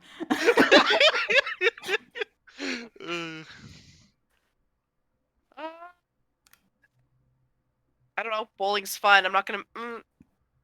Yeah, I'm not gonna make you roll for bowling. I don't have D&D stats for bowling. Just You're not going to improv a bowling minigame? no. It's didn't fun, have we that just ready. do, contesting athletics or acrobatics checks and see who gets Ah.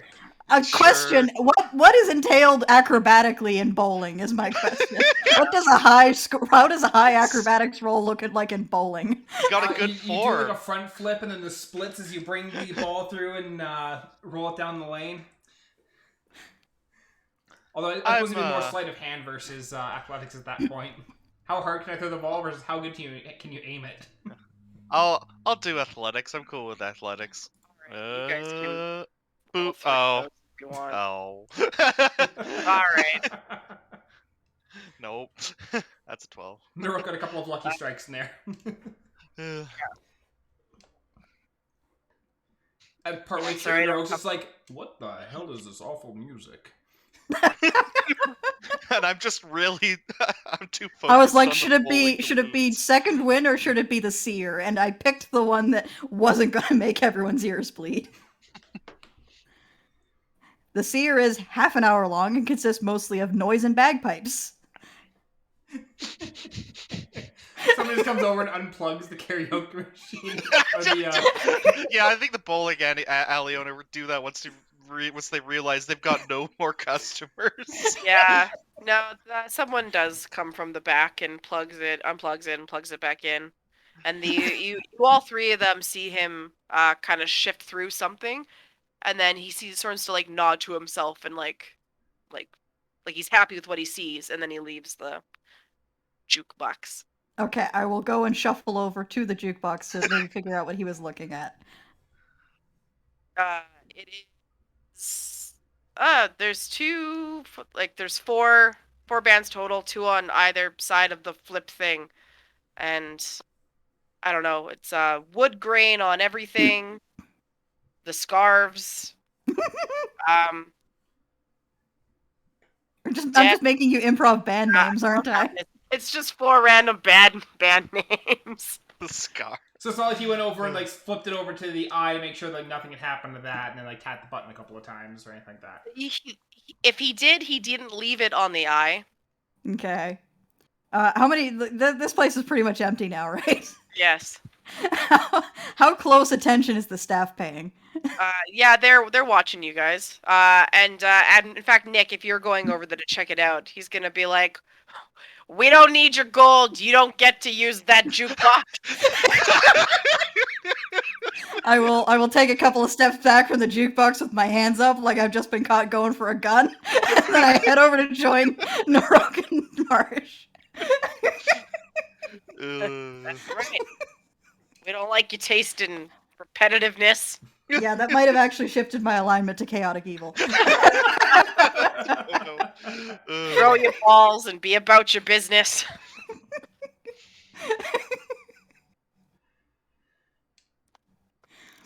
I guess we'll finish up our bowling game. Yeah. Yeah. Are you gonna let us know that there was the eye CD on there? Yeah, I will pass that information along to you guys as I rejoin the group. Huh. I wonder, what does it sound like? Good question. Naroke's Maybe gonna it sounds walk like over the seer. It is just the theater. Oh. Naroke's gonna walk over and like flip through the thing and put the coin in and play that track. It's like, this band looks metal. So you pick the CD that has the eye. Yeah. So it settles into place, and there's like the whirl of the I like CD. that this is a universe that doesn't have automatic pin setting machines, but does have CDs. Yeah, Fully functional juice boxes. you got me. The thing is, all of these are vinyl. It's actually moving the vinyl sheet over and putting it down. This is a person on the other side. Just cranking the thing. I didn't put much thought into continuity for a bowling alley. I don't think you were expecting to we have made to you do the improv a bowling bowling alley, right? And so, Naroke, I want you to make me a perception check as you're inserting the vinyl thing. How does a 17 do me? Alright, so it clicks and you're ready to hear the music, and you hear like an audible click that doesn't come from the jukebox itself, and it sounds like it's coming from the end of the lane before like a sweet jazz fills the room. Mhm. Oh, I Oh, like this fuck, music. jazz. Not quite what I was expecting, but I can get to this. And yeah, so there's a loud click at the end of the lane that's attached to that wall where the jukebox is. Yeah. And as you look back, you see the one lone guy that was given Nick the shake about going next to the jukebox. And he walks to the door of the establishment and locks it. Ah, hell. And that's where we're gonna take a quick break because I need some more water. Sounds good. All right, we'll be back in like 10-ish or so minutes. Throw down in the bowling alley. Bum, bum, bum, bum. Oh The no. break is so that Mel can look up a bowling alley map. All right, are we on? Are we? All right. Bibbidi bobbidi, and we are back. Hello, welcome back after our break, where we left our intrepid scoundrels in the Footloose Lanes bowling alley, as one often finds their players in a D&D campaign. You know, the Where else are we usual. supposed to end up? So while Naroke and Marsh were enjoying a round of bowling, Nick had discovered that one of the vinyl records had a symbol suspiciously similar to the Devil's Eye mark. And upon sharing that information, Naroke decided to try and play the CD, which is now why there is a lovely jazz filling the bowling alley. And as the party notices, the gruff man has gone and over to the door and has locked it. And he's slowly sauntering your guys' way. Looks over. What are the pin monkeys doing? So the pin monkeys are climbing down from their perch because you guys are the only ones left in the alley you had chased. Yes, all according to plan. I mean, that means there's less collateral damage.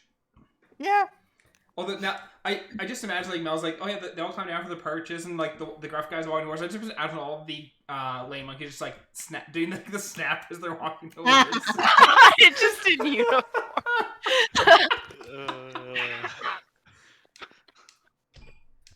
That's great. God, laughing makes me cough, and this session always like these D&D. We're sorry. First. The rule of cool says that they should be doing that, so like, that's awesome. But they're oh dear God, what the hell is this campaign? Right.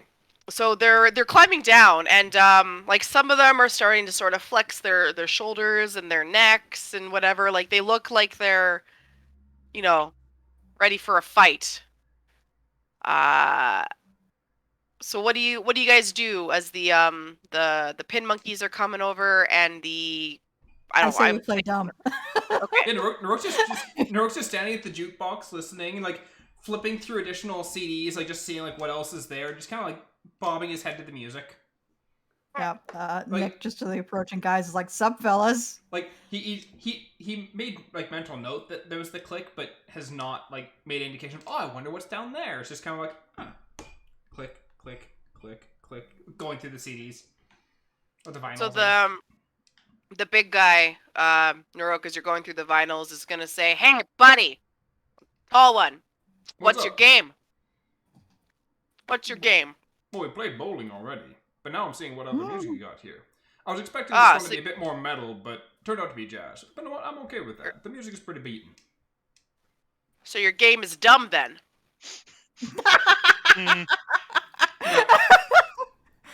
I may not be the brightest tool in the shed. Wait, I don't think that's how that one goes.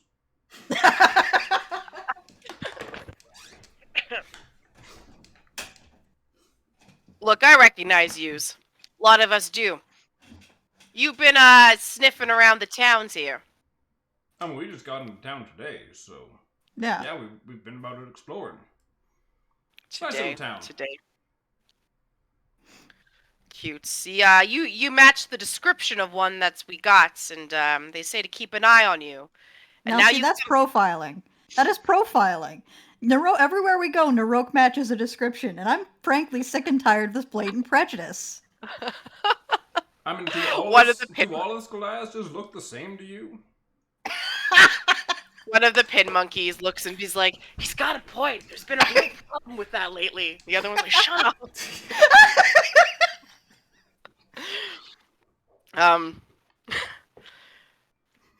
Yeah, so big guy kind of ignores it, doesn't care that you're sort of insinuating that he's racially profiling you or anything, and he's like, I think you're missing the point here. You guys, you're done bowling.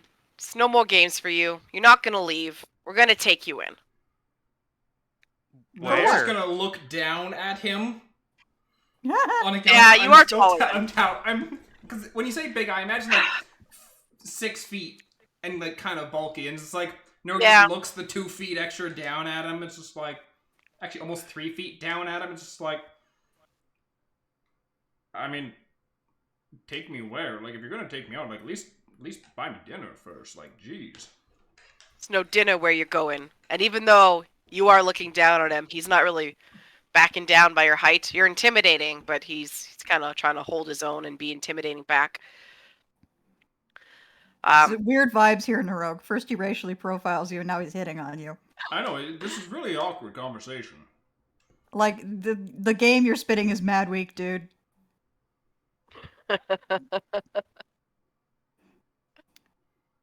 Tell you what, you guys tell me what it is you're looking for, and I won't break your kneecaps. Part of me really wants to just pull out my chest. It's like, here, hold this for me for a second. Just drop it. Break his kneecaps. I know. Do it.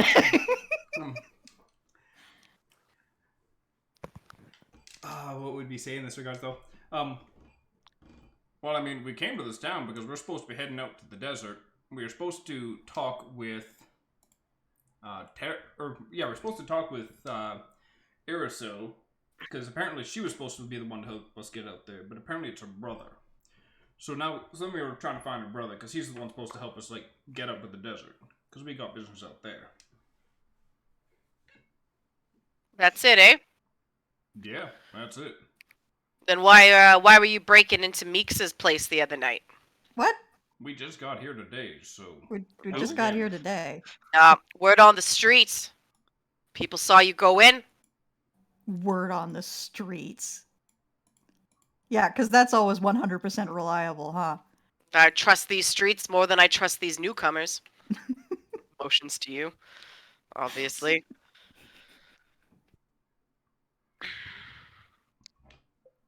Well, as Naroke is talking to this guy, can I be circling around behind him?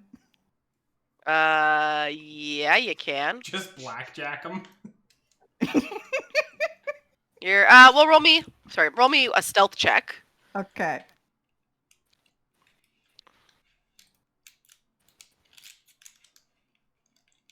$13. Yeah, he doesn't hear you. You're pretty quiet in your fancy shoes. On the carpet. Yeah, so you can sort of come up behind where he is. Okay, I'm gonna make eye contact with the Naroke and wait for a signal.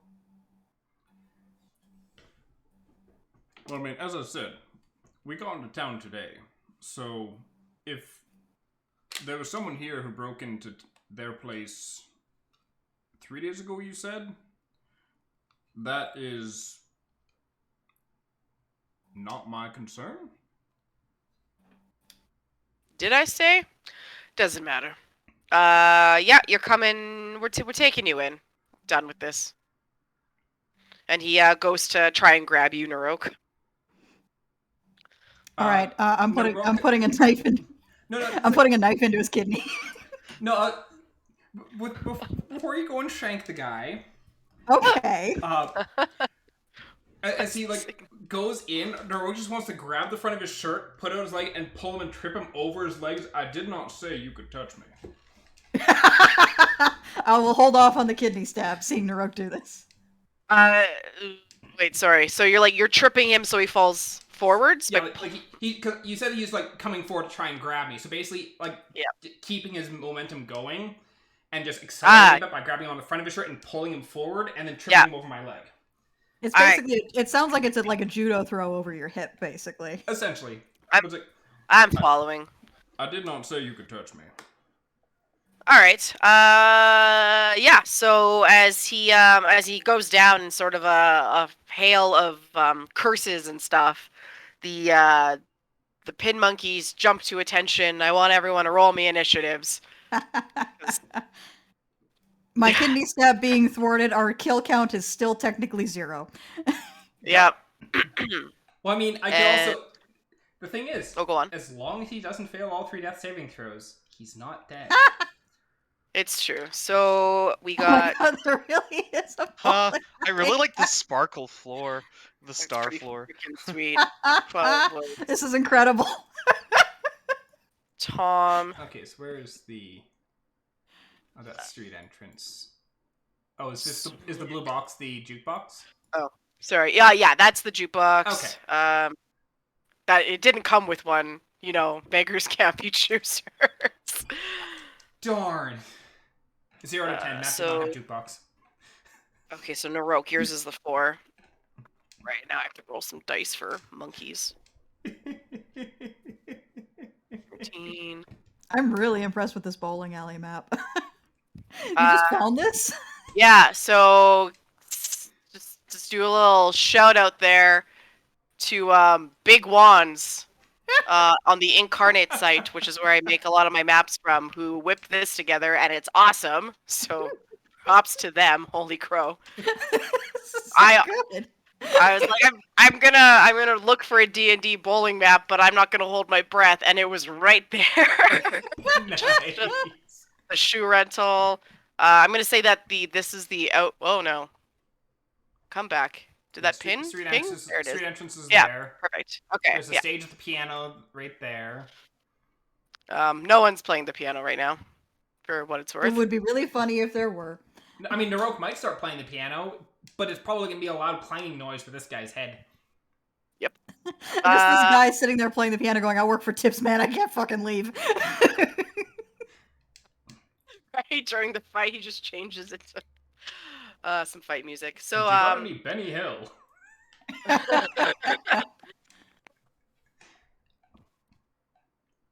Did you change the music from the jazz, Naroke, as the guy was coming to bug you? No, or is it still playing jazz? It's still playing jazz. Naroke had just been like flipping through like what the other CDs are. Gotcha. Just to looking conspicuous. Yeah. Yeah. All right. So jazz fills the air. We're gonna say that. Where's the? I want to draw. Anyway, so this is 1. So pin guy 1 through 6. Okay. So that only won't be confusing while they're in their lanes, and then once they're out of their lanes, it's gonna be. I'll have to draw on them, but yeah. So. Well, for your own sake, in regards to tracking their health and all that, you can just put that in, like, click on them and put that in the bubbles, and just use one of those bubbles to track which lane they're originally from. So for your own tracking purposes, not necessarily for ours. Yeah, that's true. Because we can't see those things. Yeah, I'll do that. This guy should probably be there if I successfully threw him, or if I successfully tripped him. Instead of with Naroke. Okay. With the I guess I was. him. Yeah, no, where I was picturing everyone was different. But yeah, no, I'm fine with that. All right, so buddy number 1 is going to come up to you, Dominic, and he's got a bowling pin in hand. Oh, jeez. And he's going to take a swing at your head there. So it hits. It's a nat 20. Oh, Jesus. Yeah. Beamed immediately by a guy with a bowling pin. This is how I go down. It's so sweet. So double damage on a bowling pin, which I'm actually only going to say that's a d6 worth of damage because it's a bowling pin. They're kind of, yeah. Anyways, so you're taking 6 points of bludgeoning damage to the noggin. Ow. Really happy with how this is going so far. One attack Um, in. 5, 10, 15, 20, 25, 30. All right, number 2 is coming to close in on you. Marsh, I know you just wanted to play some bowling and have a real good time. I'm here for the activities. Marsh just wanted to spend time with his friends. He's been hit by a pin. Actually, screw that. He's gonna stop here. So he runs up and he has a bowling ball in his hand and he's going to lob it at your feet. Oh my god. Ow. It hits. So 15 to hit. Nope. No! Are you serious? Yeah. All right. So the ball goes through your legs and clangs on the seat behind you. That's him. 10, 15, 20, 30. This guy is going to go and throw a pin at your head, which is improvised weapon, which he's not proficient in. So I feel like the pin setter guy might be proficient in hitting people with bowling pins. yeah, I guess. I just feel like Proficiency with improvised weapons. yeah. All right. It's another 15, which unfortunately doesn't hit. Nope. But they are gonna converge on you and start whipping more pins. That's a nat 1. Okay. Just hits his buddy in the back of the head. Yeah. He slips on the slippery, actually, ground. That's gonna be what it is. 'Cause he's getting a good wind up in, and he kind of slips into the guardrail that divides the lanes, and he falls back and takes a little point of damage on him. His tailbone's gonna hurt landing on that ridge. Oh boy. Right. And this guy is going to sprint over to the piano, and he starts playing some, I don't know. Hello, Some baby. Hello, weird my song. darling. Nice. Hello, my right arm. Very nice. He's setting the vibe. All right. Now it is to Marsh's turn. Okay, first I'm gonna tell my raptor to just help out fighting the big guy, kind of distract him. So, whoop, and just do whoop, and yep, raptor claws. Nope, that's an 8. No, does not hit the pin monkey. I think that is the big guy isn't a Or pin the big guy. monkey, right? Sorry. Yeah. No. It doesn't hit the big guy either, though. Yep. Cool. Do-do. And next, as a level 2 spell, I'm going to cast Sleep. Okay. So let's see here. D2d8, 78. So I'm like cast it 78? here. Oh boy. Yeah. Yeah. So just kind of hit these 4 guys. Yeah, you betcha.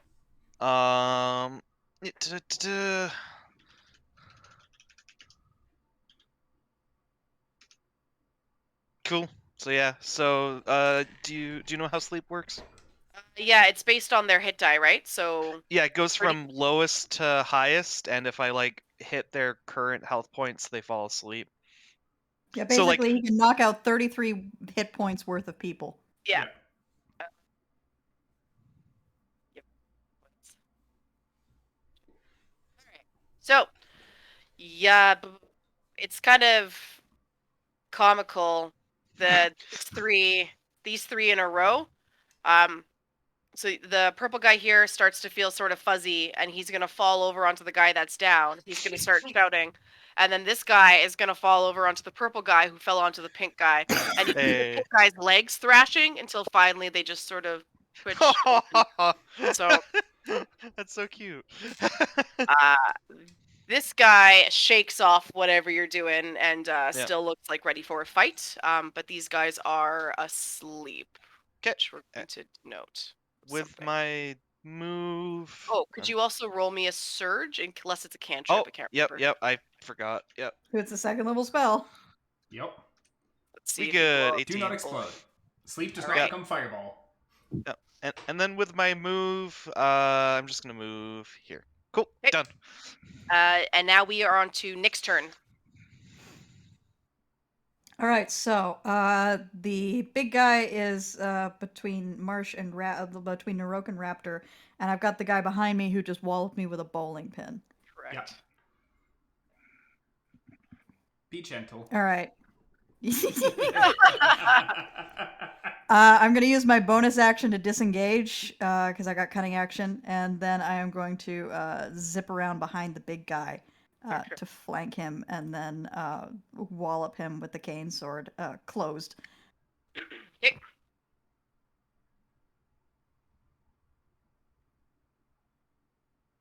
It's a natural 20. Oh my god! Just one shots the guy with the fucking cane sword. Okay, let me do some math real quick. So that is going to be 9 plus 12 is 21 plus 14 is 35 bludgeoning damage to the back of his head. It's getting 30s today. It's nice. So he doesn't. He would drop if he had the capacity to, but he was sort of already down. He just sleeps. You hit him. Where are you aiming for? I'm gonna give him a little nap tap right behind the ear. Yeah. All right. And was this non-lethal? Yes. Okay. So you'd be making saving throws otherwise. So he's out. You one shot. Rogues. How? Gave him a lot of HP. Not enough, But you apparently. It did a lot of damage there. All right. And that's my turn. 26 damage just out of the fucking sneak attack. Like, hot damn. Well, yeah, 26 sneak attack and then 9 regular. It's just so mean. Should do a Naroke. Seeing that Nick clearly has the big guy in hand, Naroke is just gonna turn to the pin monkey who is running towards us, like, honestly, we're just trying to find the kids so we can get on our job. I'd rather not have to wreck anyone here. It kind of puts his hands up and is like, I'd rather not get wrecked, if I'm being honest. Seeing the boss get one shot, it's like, I want nothing to do with this. Yeah, bucket man, I'm done. Look, I like working here and all. I fix the pins. I don't actually know what goes on down there. I just fix the pins, man. Can we just goes? Forget we ever saw you. Specifically, with the forget you ever saw us. And I look over to the guy unconscious on the ground. My friend here has to use the forget me stick. That's a hell of a stick you got, sir. It's great.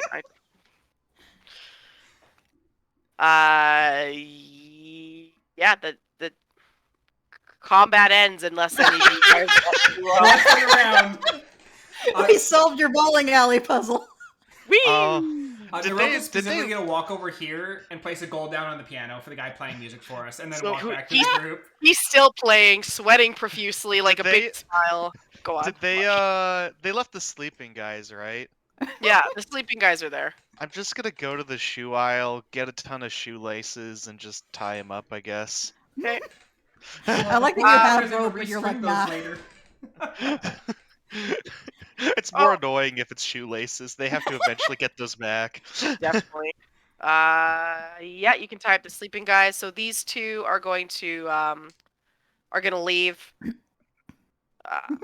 So the guy playing the piano is he's gonna keep playing, but it's changed from like a jaunty fight song to just like subdued background music, I guess. When Naroke gives him when Naroke walked over and gave him the gold, like, you did a good job. You can go. Just Okay. we were never here.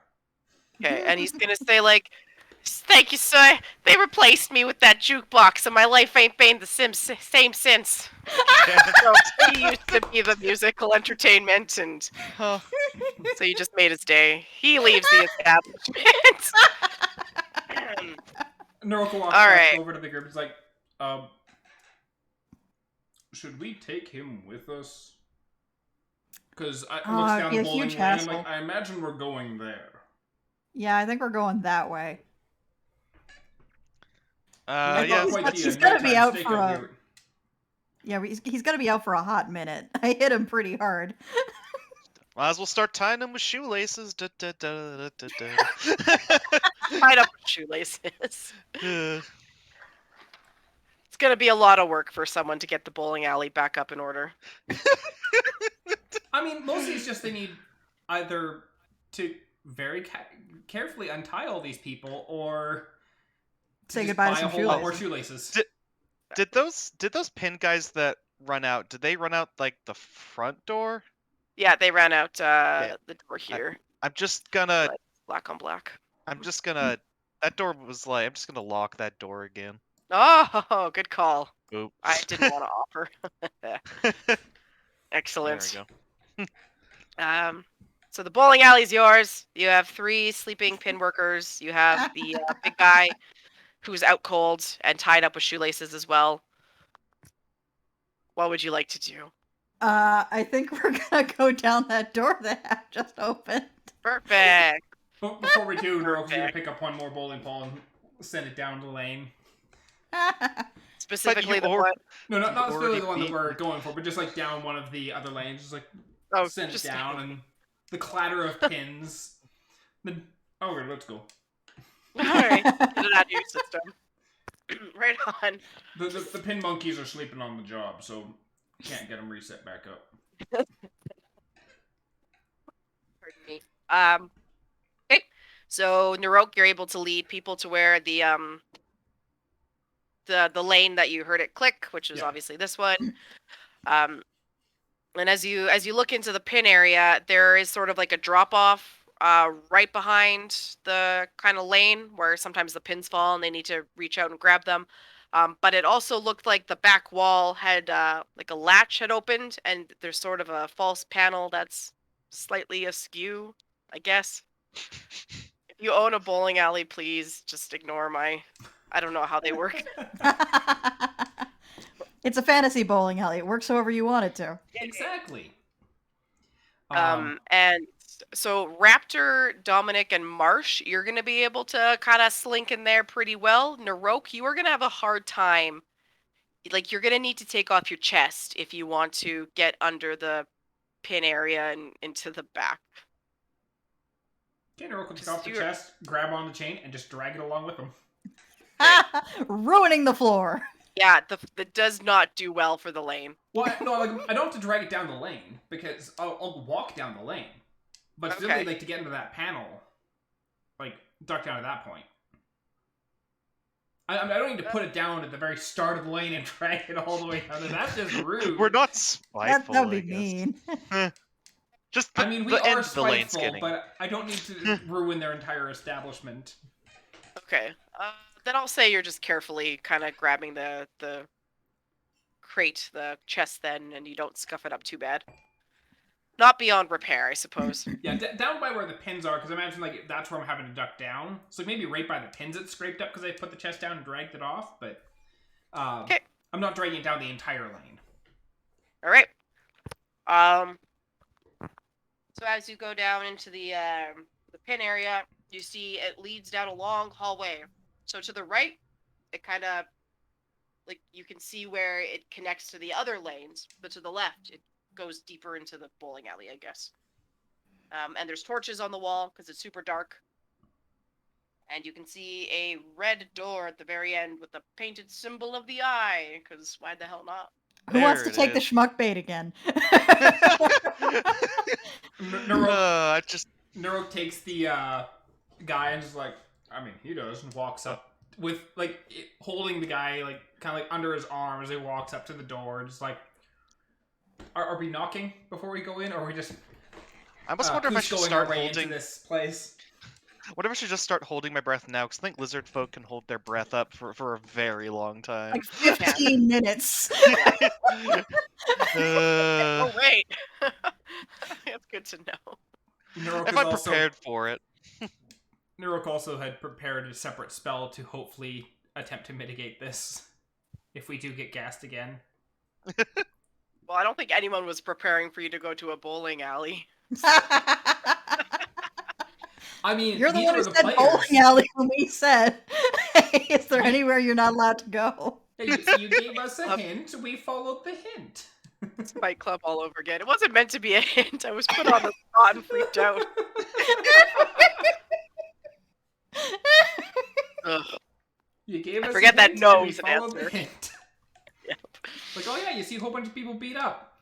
There's a fight club here. We're gonna find that fight club. Fight Club. The players in this fight club are not nearly as exciting as the last one. He only lasted a single round. He didn't even get a swing in. It's true. He was tripped on his ass, and that was it. Yep. Tripped on his ass, got a little nap tap, and now he's done. Are we knocking or are we Cuscoing? I think we might be Cuscoing. Naroke will walk up and just give that door a good solid boot. All right. The door. I like to think it was locked. Was being the operative term. And it splinters a little bit as it careens open, hits the wall, and bounces back closed, but doesn't like latch because you've broken it. So it's sort of, it's mostly closed, but kind of swaying, a little bit ajar. So it was this great effect, and now it's come back. Like, oh, the door's closed again. Is this a Shane Black movie? It should be. But with the door now closed, Naroke's just gonna like knock on the door and then just push it open. All right. And inside looks like a creepy employee lounge. So there's Oh no! So an employee lounge. Storage crates You everywhere. show me a single employee lounge that isn't a dark liminal place. Schedules all over the wall. Yeah, so there's couches, there's chairs, there's tables. There is bookshelves where Marsh might expect to see schedules. There's a map of the world with little pins in it. Have I seen a map in the world? Oh, yeah, you got one from blah blah blah blah. Oh, no. Oh, okay. I don't know. There you go. There's a half-assed map. I have not. Woohoo! I don't think I've seen this We have before. not seen this yet. I don't think we've seen this before. There you go. Okay, so we. Oh. Where are we? So you guys are in Newport, which is right here. There's Oster Bay, Green Where you had left from Oscar Bay, heading west towards. We started in Vespire, right? Well, you actually started in Black Falls, and then you walked down to the town of Vermil, which is where you got the potion to get to Vespire. Yes, Yeah. And then Vespire was Necro. And we took a boat to Greenspire. yeah, you Yeah. did. And then we ruined then their Oscar- day after going to Eldoboro. Yeah. And then you walked north to take the train over to Oster Bay. Yeah, and then walked from Oster Bay to Newport. To Newport. You had the option to go north via boat or to go inland to try and find Irisil. Yeah, because the Crystal City was the other place that we had, and then somewhere in the more desert is Or our... desert. Okay. Yeah. So It's where like are the a yummy pins? cake. Sorry, what was that? Where are the pins? Oh, 'Cause there's pins so on let's the see. Yeah, so there's a pin in Newport. There is also a pin kind of here in the Marisand. There's also pins just in places that don't have names. There's also a pin in Port City. And there's a pin with a red X in Vespire. Hey, wait a second. What? Hey, wait a second. There's there a pin near Greenspire? There is not. Nope. Oh, okay. Is there a That's- pin that is X'd out over Eldoboro? There is not. Okay. Also, I like that there's just a Florida. Yeah, we should go to Florida.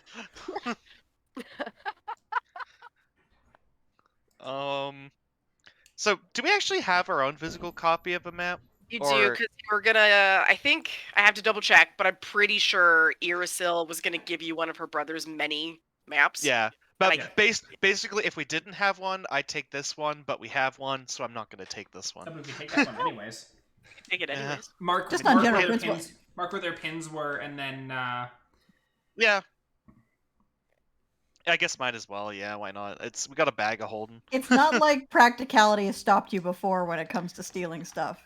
Just maps isn't my thing, but sure, I'll take it. I mean, So good. you could take the map and get it made onto a tapestry.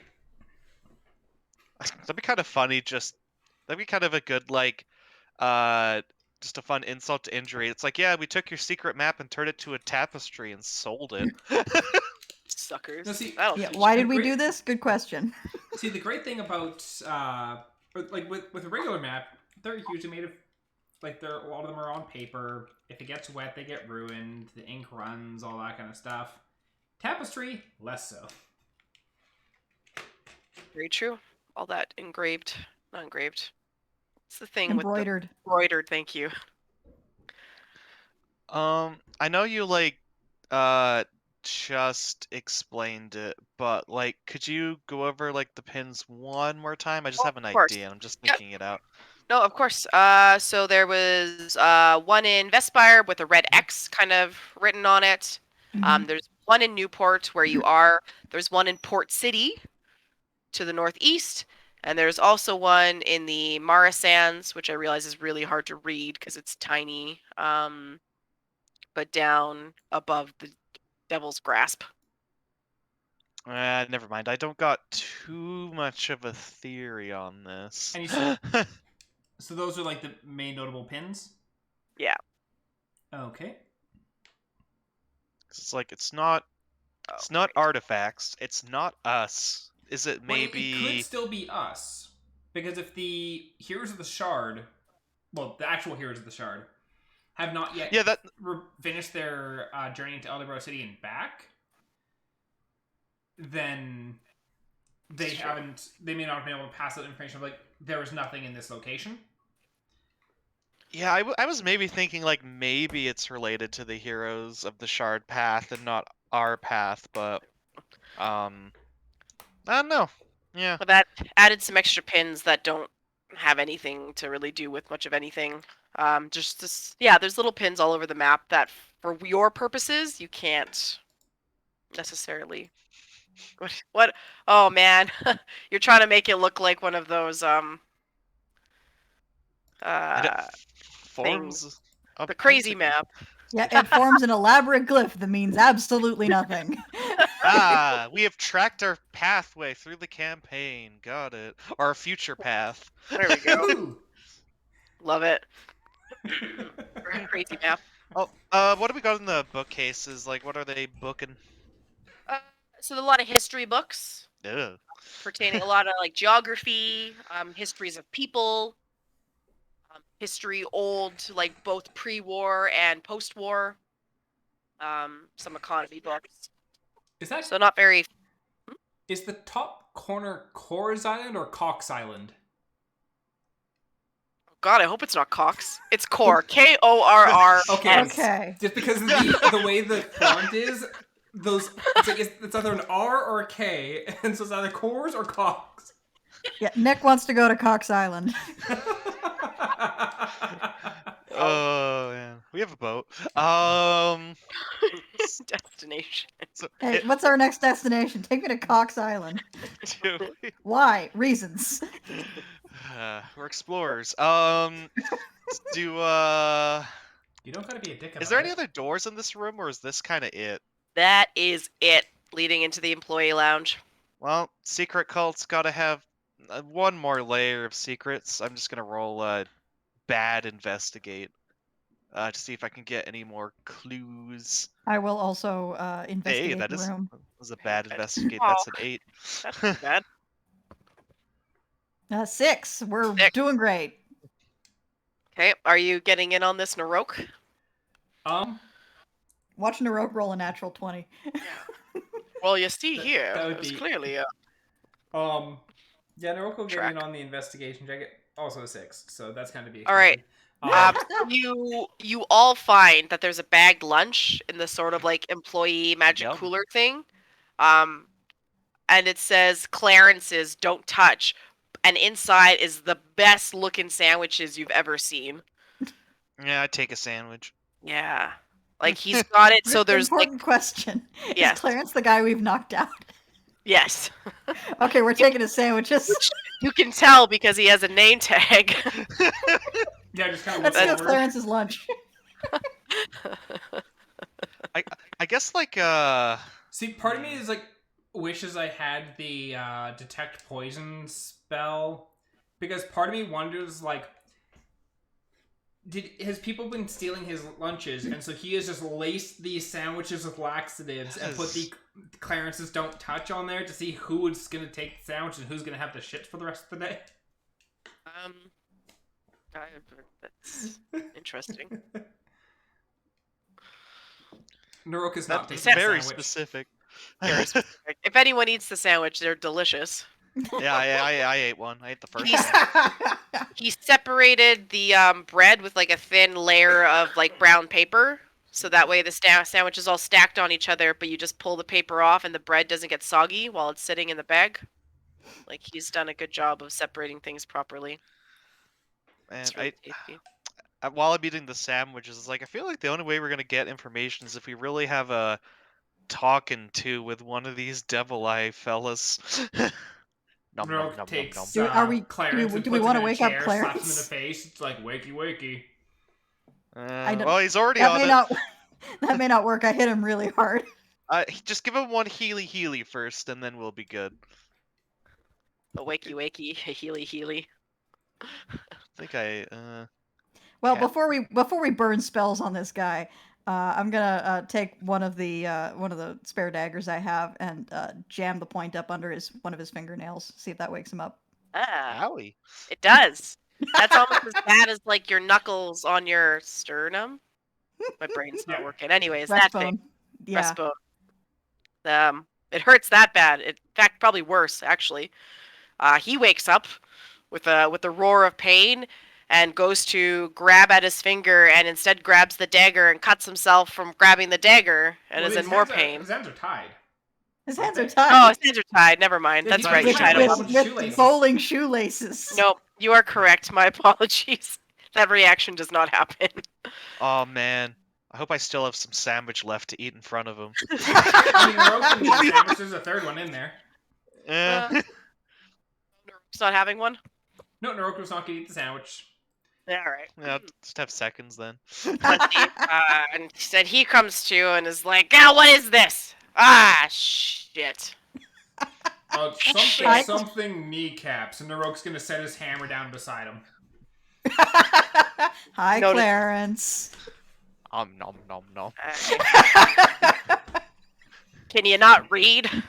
I keep eating the sandwich. Just a lizard eating. He just wakes up and the first thing he sees is a lizard eating a sandwich. Gotta lay off the LSD. Oh no. No, he does not do that. You tripped pretty hard back there. I knew you guys knew more than you're letting on. No. What are you talking about? We arrived today. We found this delicious sandwich. I'll ask you before I ask you again, what's your game? What do you want? Now, see, we're asking the questions right now, Clarence. My hurting finger would agree with you.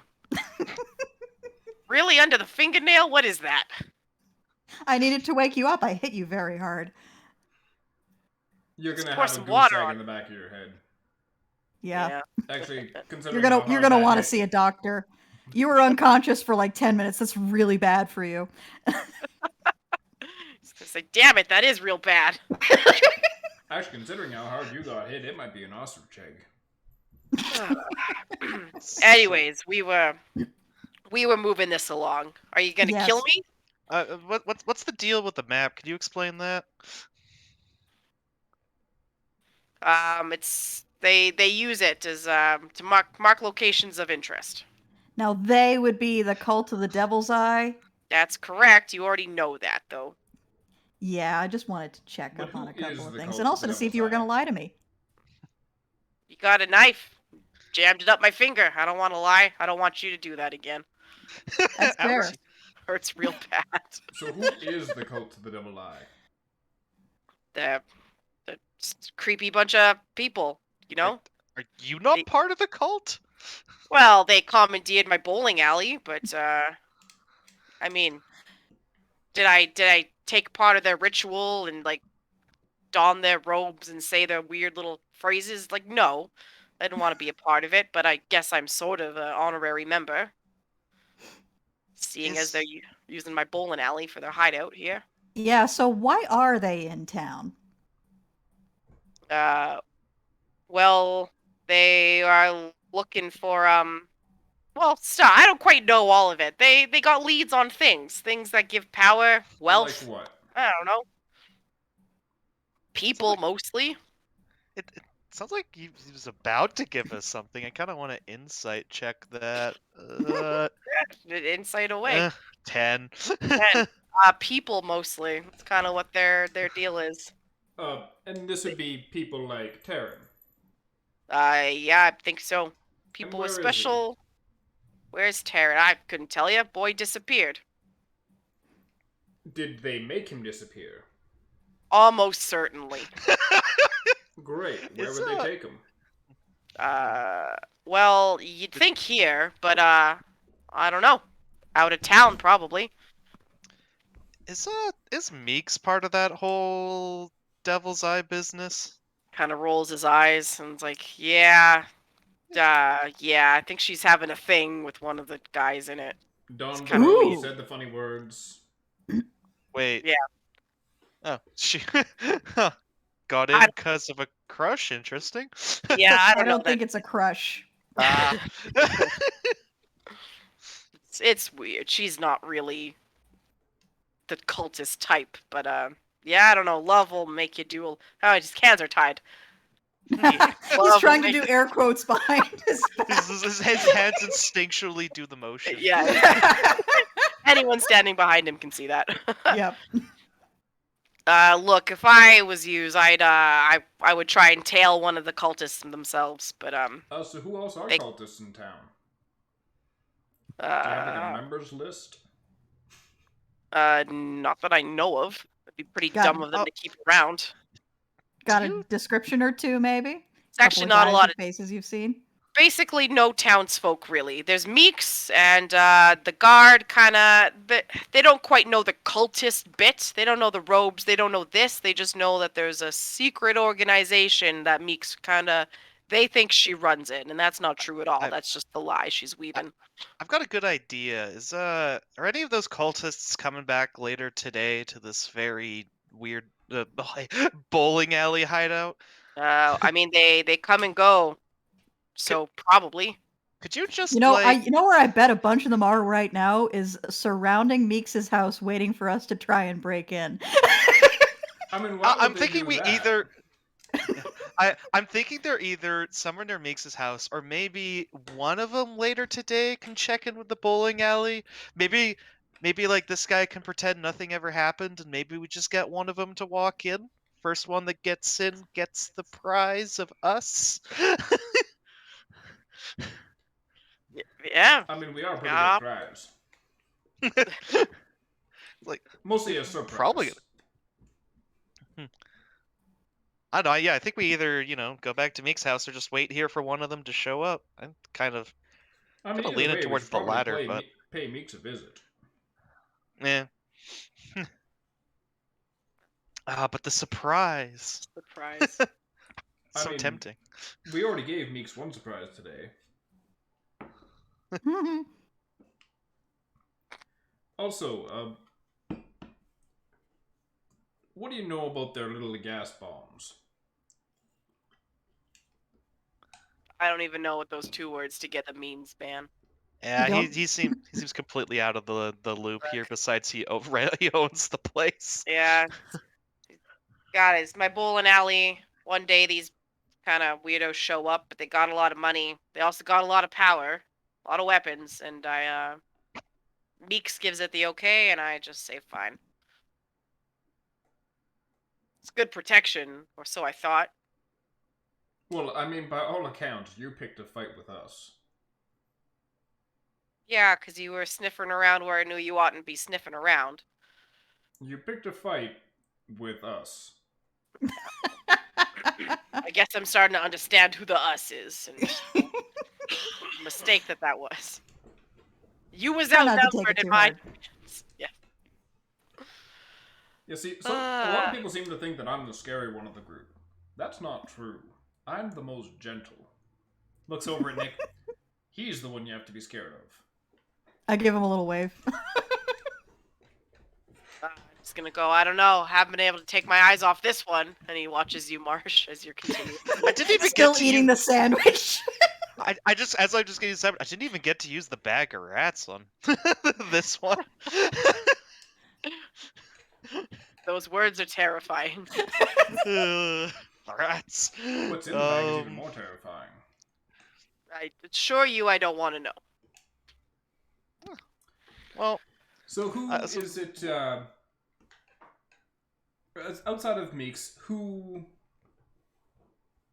could we look for? Who are we looking for to find? One of these cultists. we know one of them besides Meeks, the guy with the hood. Yes, he They already all have left hoods. town. He went north. I thought he was still around. No, he left the same day we got in. Damn. Huh. Yeah, Brody's already left. Well, if you guys were wondering where they were, I think you just said the direction. North, huh? Dingus. Well, we're Hey, specifically listen, talking you're about the one who ones picked in a fight with a town. guy twice your size and got walloped across the back of the head. By someone half your size. Dipshit. Alright, yeah. They all have hoods, though, for what it's worth. Kind of their aesthetic, but, probably dead anyways. If you're looking for a name, it's Dax. Do me a favor. If you're gonna start a fight with them, kill them all so I can live. We will certainly do our best. We'll see. So far, we have yet to kill anyone, which included all your pin boys. They're fine. Oh, Yeah, they're thanks. fine. They're good. Couple of them are probably waking up right now. One of them plays the piano real good. Yeah, man, why'd you replace your piano guy with a jukebox? I feel like this is a significant downgrade. Everyone said it was the best new thing. All the bowling magazines, the Well, they were jukebox. wrong. Where's that? It's a great machine if you have no one with talent, but a shoddy machine like that ain't gonna replace someone who can actually play. Yeah, Hopper's got a big future in music. Naroke is really against the Industrial Revolution. All for innovation, but not replacement.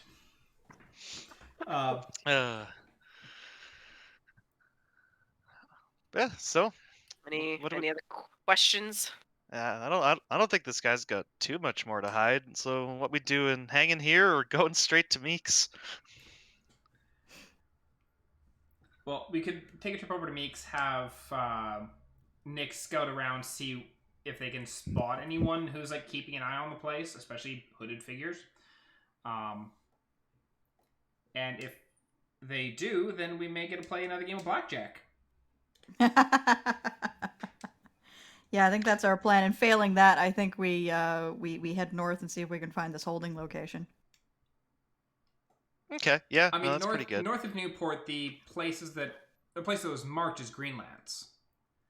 So I wonder if the spots they have marked are either like necessarily just places of like importance, but also potentially places that they have people. The one thing I don't get is that one guy, that the broody guy, was going from Osterbay to Newport. It'd be kind of, again, I don't know exactly what his plan was, but it'd be weird if he was going to Greenlands if he'd go Osterbay, Newport, then Greenlands. Well, it depends on how the roads would be from Osterbay straight to Greenlands. It's probably a big assumption. I was just kind of wondering, but yeah. Yeah, for all we know, all this area here is just like shitty mountains. Yeah, that's true. I'm gonna go over to the door and the log can start kind of fixing it with mending. Okay. Yep. 5-10 minutes or so, it's easily mendable back to its original state. Oh, something to be a little bit quicker, but that should be fine. Actually, Oh, I yeah, just say never so mind. we could do it while we're talking. Yeah. You did still eat his sandwich. Yeah. Okay. Yeah. Let's go find one of these hooded figures, I guess. We'll leave your bowling alley mostly in one piece. I guess please don't mention we were here. And you know what? You got a deal if, like I said, you tie up any loose ends. Looks at you. Well, I assume that you're pretty tied up. Yeah, are you gonna untie me, or am I gonna be stuck like this till one of the pin monkeys comes back? You can wait for the pin monkeys. All right. No. I'll untie him. He's got. It's all good. It's all good. I'll have to start untying him. See, the reason I'm saying wait for the pin monkeys, one, it means that he's got a longer time before he's going to be able to go out, and if he is not wholeheartedly honest, then that's long before he gets to go and scream to people, being like, "They attacked me." But also because Naroke would not have the patience to like untie all the 50 bajillion shoelaces he used to tie him up. And Naroke would I'll just just take a knife untie. to it, which is that much more problematic because then he has to replace all the shoelaces. Okay, fair enough. I'll just get some of the easy ones, but leave the rest. All right. So, yeah, he'll stay down. He's probably in pain, a little concussed, not looking for trouble. He's been beat. He knows it. So he's not gonna follow you. Naroke will pick up his hammer and just lightly tap him on the knee, and then just they take it and walk out. Point taken. Yeah. So if you guys saunter back the way you came, the three gentlemen that were in the lanes are now each sprawled over one of the seating benches, awake but resting their eyes and kind of groaning. Yep. Naroke will walk up, pat them on the chest, you did a good job, you almost won. Oh, that's so mean. Yeah, they just kind of groan in response, thanks, mister. Just a weak thumbs up. Mister? You're really strong. Yeah, and you can unlock the bowling alley door. If you do, there's a line of people outside that are oh, is the alley open now? We've been waiting for so long. Closed for cleaning. Somebody broke the floor. Oh, a collective murmur of just disappointment and people kicking at the dirt, and they disperse. Sad townsfolk. Close the door behind us. It's Yeah. So I guess we go recon Meeks' house to see what I'm imagining is Meeks' house and then a ring around the house and then us forming a larger ring. Yeah, we know they're watching it. Endress, because Endress has specifically requested that if we are going to go do something that might get us in trouble, that we should bring her along because she wants to be part. This is fair. This is completely fair. Esmel's now regretting that statement. You can go grab Endress. The guard presence, which admittedly wasn't huge in this small town, but had been slightly bolstered, is now quiet. You don't see a lot of guards as you go quickly to the inn and tavern to grab Endress. And she suits up. She's ready for shenanigans. She's like, so what are we doing? Well, I think we're going to see if we can spot some cultists and then follow them back to a location where they're holding a bunch of people they've kidnapped. Or take them home with us. Now, Nick, I'm wondering, there's... You're really good at the sneaky stuff. Yes. I am not. Mm-hmm. Do we want to use me as bait? That might work. Maybe just have you blunder into the line and then book it and see if you can separate one or two guys from the rest of the group. Well, I'm not even I'm just thinking even in regards to if they're going to be around Meeks' house watching. If I go up and do a cursory looking around outside the house, I'm going to get spotted. You are, yeah. And so as I'm moving, they're likely to move to keep track of where I am, which is more likely to give away their position to you. That's a good thought. I like this. So I won't actively break in, but at least at that point we can get potentially some eyes. And then at that point I can go anywhere else. If we wanted to try and lure some of them out of town, I could go for a stroll. If we want to beat them up in the town square, I can go for a stroll.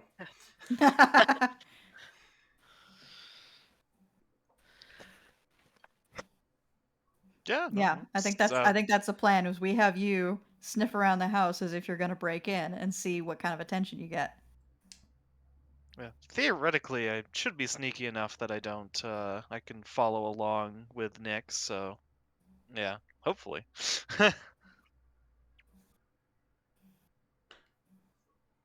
So is that our plan then? Have Naroke be our bait? I think Yeah. so. Yeah. Okay. Okay, so we're getting into early evening by this point. Your thing to the bowling alley took a while. And the guard presence around Meeks Manor is bolstered, to say the least. There's people roving around it. There's people just on point at different sections. So Meeks has basically, it seems like, taken all the guards in town and has them stationed at her house. Norks is like seeing how many guards there. Norks is kind of like leaning over and he's like, at this point, if I go up, I'm just going to get arrested. Do we want you to get arrested? Probably not. Hmm. While I don't doubt I could escape the prison, looking like at the state of the town, I don't think me getting arrested is in our best interest. So at this point, we No. mostly just want to find culty boys. We do. God, we could still stake out the bowling alley. We know it's one of their offices. We could just maybe like stake out the outside of the bowling alley. I mean, I could chill out by the bowling alley and let you know if I see anyone. Yeah, actually, we could watch you watching the bowling alley. Well, I'm thinking like having someone look at the Meek's house, like watching around Meek's house, see if they can spot any cultists there. And then stake out at the manor and stake out at the bowling alley. It Yeah. sounds like it. Yeah. All right. Well, we've got 4 people, 2 and 2. Yeah. Sure. Does Enders have sending or message? I have message. That's perfect because I don't think she does. No. Nah, I just loaded her up with healing and a couple fight things. Yeah, message's length is about 120 feet, so it's a pretty good distance. Oh yeah, sending is the one that it's on the Yeah, same plane. Sending's the much better one, but I haven't looked into that one yet. Yeah, I would require a long rest to prepare that one. Let's just do 2-2, and like I think this town's small enough. Like, if something really bad happens, we could just meet up. Yeah. Let me just check to see if I've got like a flare or something. I don't think I have a flare. But Oh, a flare. I mean, that being said, if you guys note something awful happen, then you could even just send a raptor running to the bowling alley. Yeah. Yeah, I think the scoping the Meek's house is going to be the spicier area, so Yeah. we'll just have the raptor. Well, and So I guess can't I'll be stealth for joining shit, the- So me sitting outside, casually outside the bowling alley is, or like near the bowling alley is easier. Actually, it kind of sounds like it's going to be me and Nick near Meek's, and then you and Endris near the bowling alley. Yeah. Cool. Yeah, just see what happens. So as you guys are solidifying this plan and talking it out, I imagine you're sort of like ducked down in like bushes by Meek's Manor where you can get a good look at it. oh yeah, this is a very whisper-heavy hedge. Yeah, we kind of were like we were kind of about to like walk into Meeks's house, and then we saw the guards. We just turned around and went, nope. Got just one foot up. Whoop. So but as you're planning it out, you're gonna split up the parties into the bowling alley. You're gonna reconvene if something happens. You see the door open to Meek's Manor, and a small hooded figure comes out. Ooh. Oh shit. There.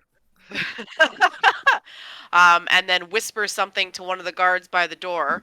And the guard like nods his head, and he calls 2 more people inside. And so 2 random guards come running. And they go into the house. Another one takes up visual at the door. And the small hooded figure, about the size of a gnome, slowly walks out of town, heading north. We doing it? We No, doing Yeah, I just it? think gonna we're. look over. I think we're going. It's go time. Am I still going to the bowling alley? No. Yeah, no, Okay. this is it's go time now. Yeah, Yeah. so clear night. I assume you guys are just gonna stay far enough away from this figure that there's less of a chance of you non-stealthingly telling your location. Because Yep. you're not stealthy at all. Well, some of us are. Or, Some of us sorry, are yeah. not. That's I fair. think it's mainly I think it's mainly just Naroke. Fair enough. Some of you are quite stealthy. Okay, so you know that trope where like somebody is about to get caught by the cops or the spies or whatever, and so like person number 2 drags them into an alley and makes out with them as a distraction? Who's gonna jump on that grenade? Oh no. Is it Endress? Is it me? Is it Marsh? Oh no. Yeah.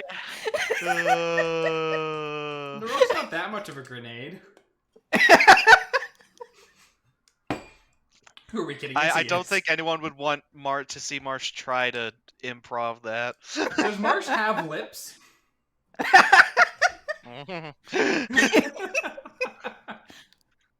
Maybe like a raised gum. Oh, Wow. I don't oh, know. it's so intimidating.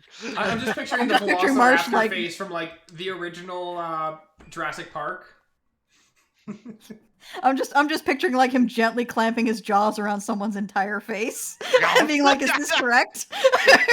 Do I add the tongue now? Oh boy. All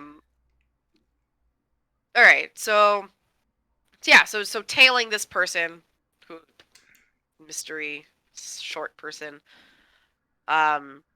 I assume you're gonna stay super far back, so like almost losing sight of them, but like not. We're gonna tail at a significant distance, but I think since I'm stealthier, I can probably tail at a closer distance just to make sure we don't lose her. We could Okay. do a thing where Nick is following the hooded figure, I'm following Nick, and Naroke is following me. That's actually brilliant. All right. Yeah. So, Nick, roll me a stealth check with advantage, and you're gonna be the kind of lead on this. Natural 20. All right. Cool. So Maybe I won't I be able to follow Nick. disappears. I'm gonna leave like thieves' can't marks for Marsh in case he Yeah. loses. Yeah, no, that's perfect. Yeah, so I just picture Mark and Naroke are so far back that there's no way they're gonna alert what's going on, because you're the only one that's actually within any sort of dangerous distance. Yep. And you've stealthed it out pretty well. So the party then is traveling in this little breadcrumb line for about an hour and a half through the night. And the sky is open and clear, which is really nice. Not necessarily good for hiding, but Dominic has no problem. Beautiful warm night. And after that hour and a half, you see the hooded figure come up into the kind of a section of trees that's all withered and dying. And Nick, you'll see this first. There's a fire and a couple of tents set up. And it looks like you followed this hooded figure to a camp, just a small camp at the base of where some sort of mountains are starting to form. Interesting. Is she here for a booty call?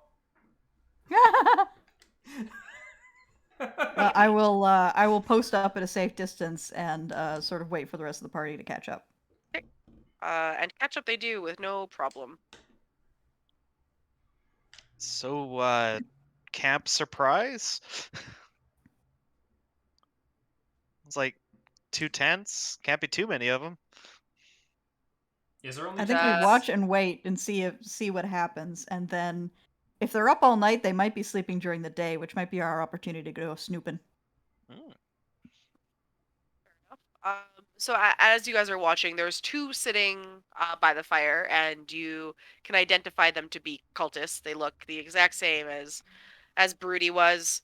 The one sitting by the fire, you're able to see the reflection of the devil's eye on their cloaks. Actually, why don't I just put this over? So I'm just gonna have it so that you guys are off in the bushes and can't be seen. There's two manning the fire. There's one gentleman that's making the rounds, so he seems to be on watch. And the small, whatever, it's Meeks. You know it's Meeks. Who else is a tiny gnome in a cloak leaving Meeks Manor but Meeks? You don't see Meeks. She went into a tent. Is Oh, the it is tent booty shaking? call. It's not a booty call. It's not shaking. No, it's not. Just quit being the worst. I refuse. You said you wanted a scoundrels campaign. I mean, look on the bright side. Even if whether it's a booty call or not, that's not going to stop Naroke if we do confront this group here. For Naroke, be like, sorry, we interrupted your booty call. That's true. You'll say it no matter what. Listen, there are worse ways to go than in the saddle. Getting sacked while in the sack, it's fine. Yeah. Anywho, so I guess we're just watching. Yeah, I guess what is the party going to do? I want to check to see, like, just sit and watch for a little bit to see if anything changes. Probably. I'm kind of hoping that one of them will just kind of, I don't know, walk out for like a bathroom break or something, and then I don't know, we could like just put them to sleep, Blackjack them. take their clothes. It's funny you say that. All right. Yeah. So the three cultists that are there.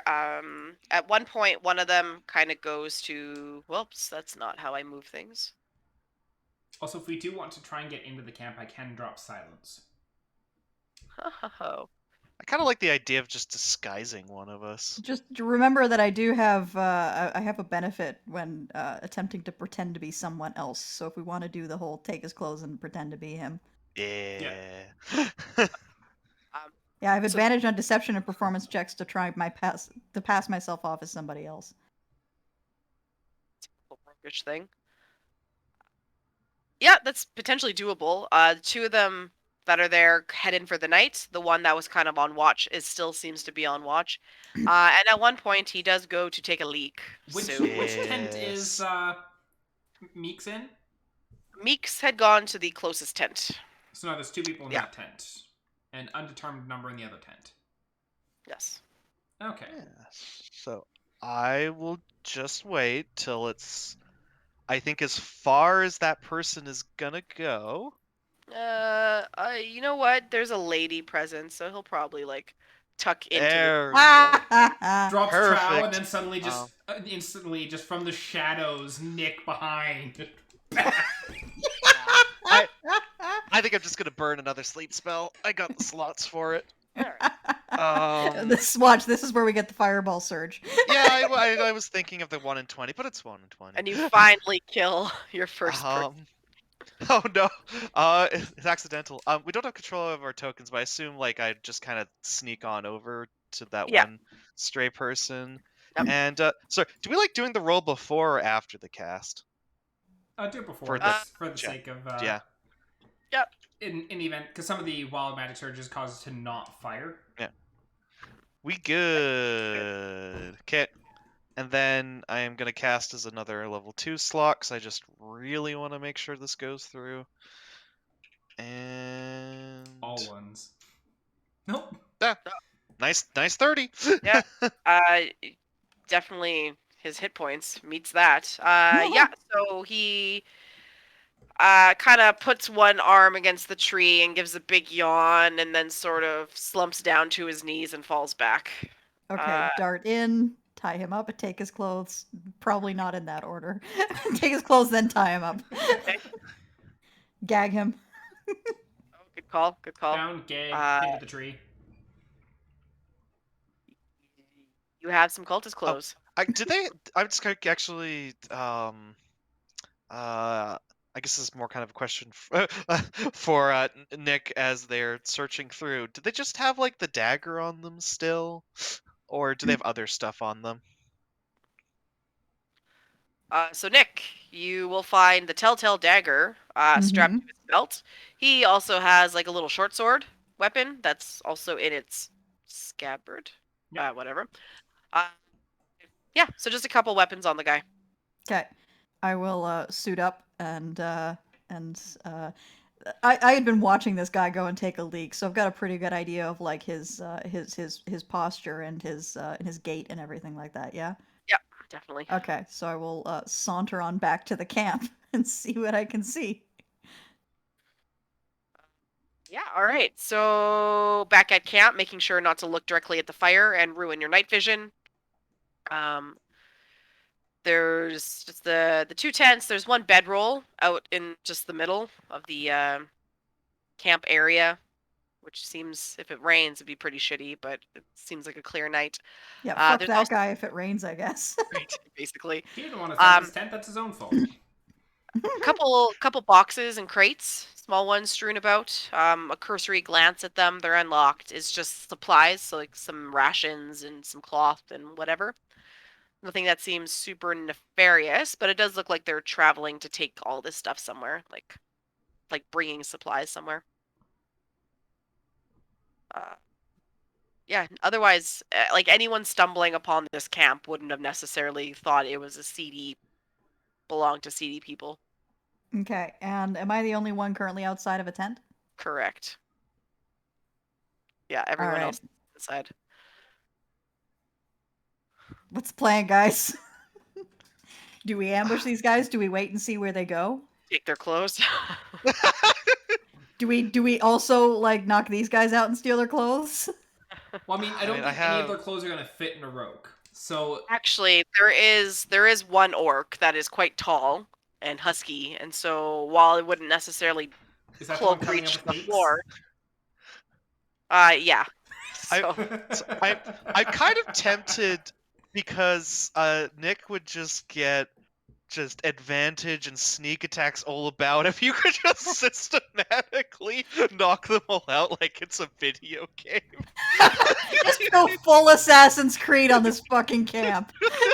Although the question that is though, like at this point, this is not where Terran is. No. correct. So Yeah, correct. if this is the last spot on their stop, this is not where we need to be. If they're going to continue venturing forwards, then we should probably track them, which is going to be a lot harder to do if they're all unconscious. Oh, go ahead. Go ahead. I think Meeks 100% knows what's up. So if we can just extract Meeks out and just be able to question her, I mean, we could might always be able knock to the get a little boyfriend bit out of her. We could always knock the boyfriend out and threaten Meeks with his life. That's rats. iffy. We don't actually know like whether she cares that much. It's kind of been hinted towards. It's a good chance. But Yeah, that's not a gamble you take unless you're 100% sure. Because if you try to put pressure on a point that's not actually a pressure point, you've just lost credibility with the subject. I kind of think if we're putting pressure, we just put it directly on Meeks just to be safe. Yeah, I still think that we might want to wait and see if they move on. Or if this is the end of the road. If this is the end of the road, let Meeks start heading back to town. Then, ambush Meeks on the way back. I guess I'm fine with that. So if they keep going, we keep following. If they start heading back to town, we just bop Ambush them. Meeks at that point, yeah. Okay, I don't think they're gonna just head where they need to go with their buddy all time. Like something's Yeah, something's 100%. I just wanted to determine our plan before we have Nick strip down and give the guy back his clothes, and have him just wake up by the tree like, oh shit, that was a horrible time. No, Okay, I I really want to test how good Nick's impersonation is going, and if Nick can just follow. Oh, am I just along. am I just on the inside now? Am I just undercover with these people? The only That's problem what with I that, mean, though, is like, we are don't you- know who the person is. We don't know their name or anything about them. So if any questions are asked, then Does he have Nick a has name no tag? information. I don't think he has like a. Um, Did he have like a journal in his pocket of like, this is who I am and this is how I act? This is my name. This is my story. no, there's nothing on them. But as you're kind of trying to figure out what your next move is, this one guy comes out of the tent and says, "All right, Draka, it's your turn for rest. My watch is up." And he's kind of stretching. He's not really looking at you. He's just saying it, assuming that maybe the guy's around taking a pee or something. Well, at this And moment, he Nick is settles. in the camp, aren't they? Yep. Yeah, we Yep. just Oh, can't I thought control Nick our, was we just you. can't move our tokens. Oh, my apologies. Let me fix Yeah, a lot of I'm basically face to face with this guy, and he might figure out rather quickly that I am not Draka, depending on how good his eyesight is and how smart he is. Just like stand right around the. I don't know. Would standing behind the fire make it easier or harder? I don't know. If I'm standing behind the fire to look at me. He's gonna have to ruin his night vision. So yeah, I think. if something's up, he does not appear to notice. He's quite just, I don't know, it's groggy, and it just kind of nods your way and like nods to the tent. So, yeah. Okay. I am going to. I'm gonna be like, oh, I gotta take a piss first, and head off over to check in with the other guys. All right. Perfect. Uh, Hopefully you have control over your characters now. actually, Okay. I think while this is going on, I would have like grabbed the stripped guy, and I'm currently in the process of tying him up. Bind, gag. Yeah. Didn't Over by you then. Nick do that when they stole his clothes? Yes. Oh, Yeah. then I would just drag him over to where we were hanging out. Then that's just what I would do. Yeah, body's there. He's still soundly asleep. Nick is going to take a leak. Okay. I think at this point, like, if he's still asleep, do we want to just put his clothes back on him, untie him, and do a leave? No, I just passed out here. I honestly think what we should do is, it seems to be you're swapping out shifts. We'll knock out the other guy. And then it's just like a 4v2.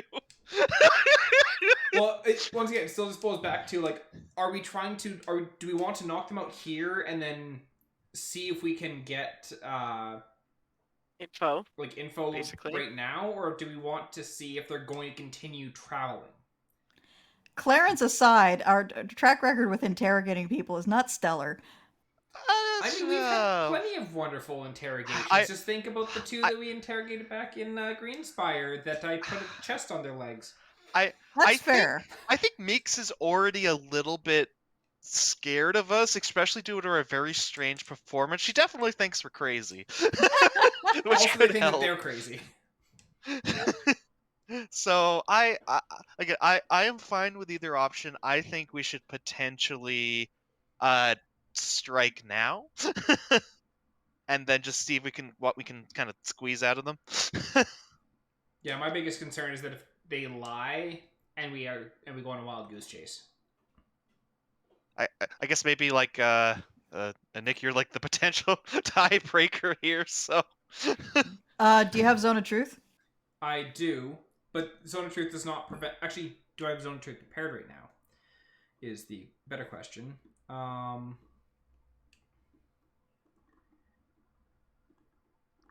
I do not have Zone of Truth prepared right now, so the earliest I could use it is in the morning.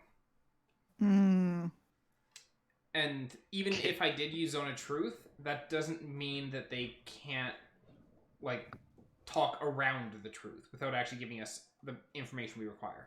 Okay, in that case, my vote is we put this guy's clothes back on, make him assume that let him assume that he just passed out there, and watch and wait, and see what the camp does. Yeah, if they turn and go back towards town, we can just jump them. At that point, that's easy. Yes. Okay. 'Cause we already know your sleep can knock out at least one of them. And I got one more level 2 sleep left, so Well, I could do this once more. If we go to Right. sleep, because we're going to fall them in the Yeah. morning, assuming that they leave in the morning, then you'd have your spell slots back anyways. Yeah, that's true. Hmm. I wonder if you could, like, before we, like, fully give the stuff... No, it would be too risky. I was like, I wonder if there's, like, anything interesting in those tents, but... we could just call it good. No, I'm making an executive decision. I am quickly redressing this guy and untying him before the sleep spell wears off. Okay. And putting him back where he was. Yes. Yeah. All right. So he's hastily clothed, except for the button of his trousers. Blah. And he'll kind of come to, and his head's super groggy, and you'll see him eventually make his way back to camp there, and be like, "Oh, what happened? My head real hurts bad." The guy's like, "Get to bed," or whatever. Just My head real hurts bad. Yeah, so does the English. Go to bed, man. You're tired. basically. Okay, yeah. So if you're just letting it fall as it may, Yeah, so we'll sleep and keep watch. So we'll find a place that we can hunker down and like have sight on the camp. But cool. Buddy taking watch will eventually head to this little bedroll. Orc buddy inside the tent comes out for the sort of final watch of the night. So if you guys are having your own watches, you'll see it in that order. And eventually morning comes and everybody's up and at her, including Meeks, who I don't think has a token yet. My apologies. So, also I messed that up. Esdras does have a token. I just don't know where I put it. Esdras ain't no regular NPC. Boop. Yeah, so Meeks is there with the other guys. They're taking down the camp, packing it up, and in the morning, Meeks is heading back the way she came, and these guys are pressing on further north. I So think she we came out maybe for a booty leave call. Meeks. She came out for a booty call. Okay, in that case, I think we leave Meeks alone and follow the larger group. Yeah, sounds fair. I'm cool with that. There was no fight at the camp. There goes that battle map. Question: do we want to have Marsh cast sleep and knock out Meeks? And then And do what with her? We can't drag a hostage with us this whole time. I mean, she's a gnome, so she's very... Put her in the chat. Too many things could go wrong if we're dragging a hostage around while we're pursuing these guys. Oh, for sure. Like, actually, I was more so thinking, like, take something of Meeks that's identifiable as a, essentially a bargaining chip or intimidation chip for, Meeks's, orc boy lover.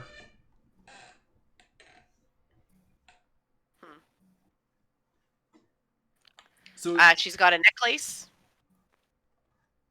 Yeah, like, that helps. Like something identifiable that's like they're like, oh, that's Meeks's. I see what you're saying. Like, and we don't have to kill Meeks, like, or like drag Meeks along. It's quite literally just like knock Meeks out. We're gonna mug Meeks. Pardon? Mug Meeks. We're gonna mug Meeks. All right. Is that what the party wants? I'm leaving it up to the rest of the party. If you want me to cast the spell, I'll cast the spell. If we're leaving it, we're leaving it.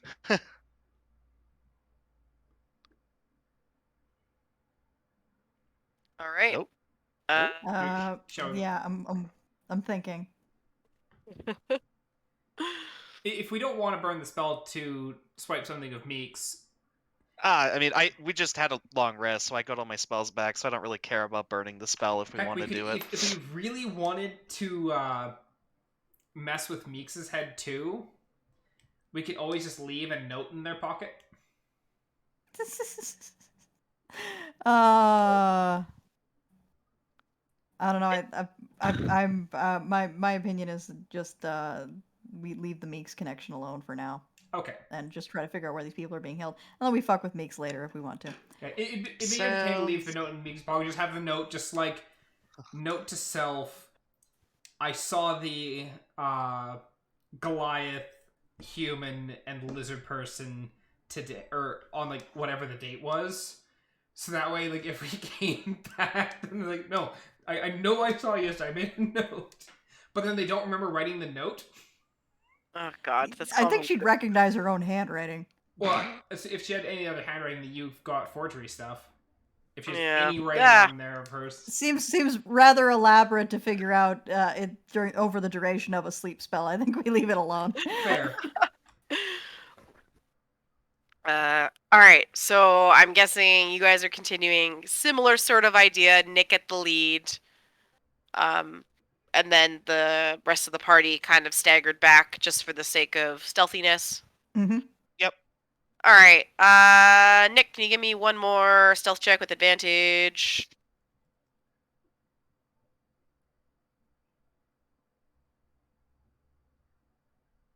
Natural 20 Another again? nat 20. All right, well that works. Nick just vanishes. Never to be seen again. Yeah, you're able to follow this three. They're walking quite slow because they have all their gear with them, and they're kind of taking it up sort of the mountain pass. So their pace is slow, and you guys are like the morning's gone. Begrudgingly, they stop a couple times for food throughout the day, just to not even really make a camp, but just to sit down, take off their load, and eat some of their rations. And by late afternoon, early evening, you see them descend into the mouth of a cave. And then I assume you wait for the party to catch up. Yep, I will post up outside. Okay. Wait for them to catch up. Yes, so three broody cultist dudes disappeared into the cave. You can't tell how deep it is once you're all there. It's quite dark, so any torches that they had when you saw them go in, Nick, are now no longer visible. What does the party want to do with the cave before them? Team no dark vision. Yeah, what time of day is it? Early evening. Early evening? Yeah. Do we want to take a crack at this in the morning, or do we want to go tonight? Might be good to go during the night, because I don't think we've had any indication that the cult is we need to travel and do all our stuff under the cover of darkness on account of the group coming here travel freely during the day. So it might be good to just wait until tonight and then invade. Yeah, I like that idea. Sure. If this place is under guard, they're probably not nocturnal. Night shift is probably lighter. Yeah, to And my also- knowledge, to my knowledge, I know one of them's an orc, and I don't think orcs have dark vision. They do. They do. Oh, they do. Oh, I forgot. Oh well, just make sure we don't run into that to him, I guess. Well, and even if actually, Nick, with your disguise kit, Yes. because we would know that with dark vision you just see things in like shades of gray and all that kind of stuff. You don't actually see like full color detail. Mm-hmm. Would it be possible for us with the things that we've collected, such as Marsh's plethora of tapestries, to essentially create pseudo robes that we can casually walking in, pass ourselves off until we get close to light? So that way, if he sees that us sounds like a moving- really good idea. 'cause if he sees us Depends on moving, whether but we've got we're the in- material. If he sees us Okay, moving, so- but we're in the cloaks, then it's not going to be that. And there's there's intruders here, but so that might give us at least that little bit closer time to address them. This does cost, however, some of Marsh's very, very valuable tapestry. It's true. So I actually do have tailor supplies. I stole them from that one tailor We kid got who from died. the tailor back. Yeah, from Samil. Yeah. See, honestly, I think as long as we don't use the Alferia one, Marsh could probably put up with that. All right. Well, those tapestries were freaking huge, so you can make like Yeah, 3 cloaks out of 1 tapestry. Yeah, I've got the Alferia Throne Tapestry #2, so I think I can use. I mean, I could also probably like recover it and fix it afterwards, I guess. I also have this thing called ocean painting, but I don't think that's big enough. Yeah, So yeah. that's just a painting on canvas that you cut out of a frame when we were in Yeah. one of the castles. Yeah. Okay, yeah, I'll use the Alferia Throne Tapestry for this. Oh damn. Yeah. So no, you're able to Foiling those plans. You're able again. hang on. No, it's This is good. like a LucasArts PC adventure game in great. terms It's of like stuff that we've like picked up Yeah, ages ago the that turns out to tailoring be kit useful. the tailoring kit I took from town, the tapestry I took from the start of the campaign. If I missed one of those, we just would lose. It'd be like King's Quest. We can't finish the plot. Oh, shit. Or you're too far, so you can't backtrack and get the thing you needed. All right. So a half hour later, I would say, then you have 3 workable sort of cloaks. Yeah, we want to wait That for the are- cover of darkness anyways, so we're not in Oh, a right. rush to get in there anyways. Cool. So then waiting for the cover of darkness, and well out of sight of the mouth of the cave, I imagine. Oh yeah. Nobody else comes and goes, so you can see the cave. But yeah, all quiet except for those 3 that went inside earlier. Night comes down. You have the cloaks on, and you're just gonna saunter in like you belong. Yeah, You'd be Yep. amazed at how many places you can get into by just pretending like you're supposed to be there. That's yeah. true. Clipboard and a confident wave will get you into any building in the world. Okay, well, clipboards in hand. You descend deeper into the cave. I'd say the first big stretch it's just very, very dark. They don't have any torches or anything in the beginning. But with the little bit of light that kind of trickles in from outside, you can see that it curves around a corner. And you follow that, and then deep in the distance of the cave, there's torches lit on a big open room. And there's people there. It's hard to see what's going on because you're so far. But as you get closer and closer and closer, the sight before you is quite disturbing. It looks like some sort of sacrificial ritual chamber. Gross. God damn it, Father Farmer! Again with this shit. How many times do we have to teach you this lesson? I mean, we didn't teach him any Sacrifice. lesson last time. We got into his basement, found out a bunch of cultists, like, no, the body we need isn't here, and left. Yep.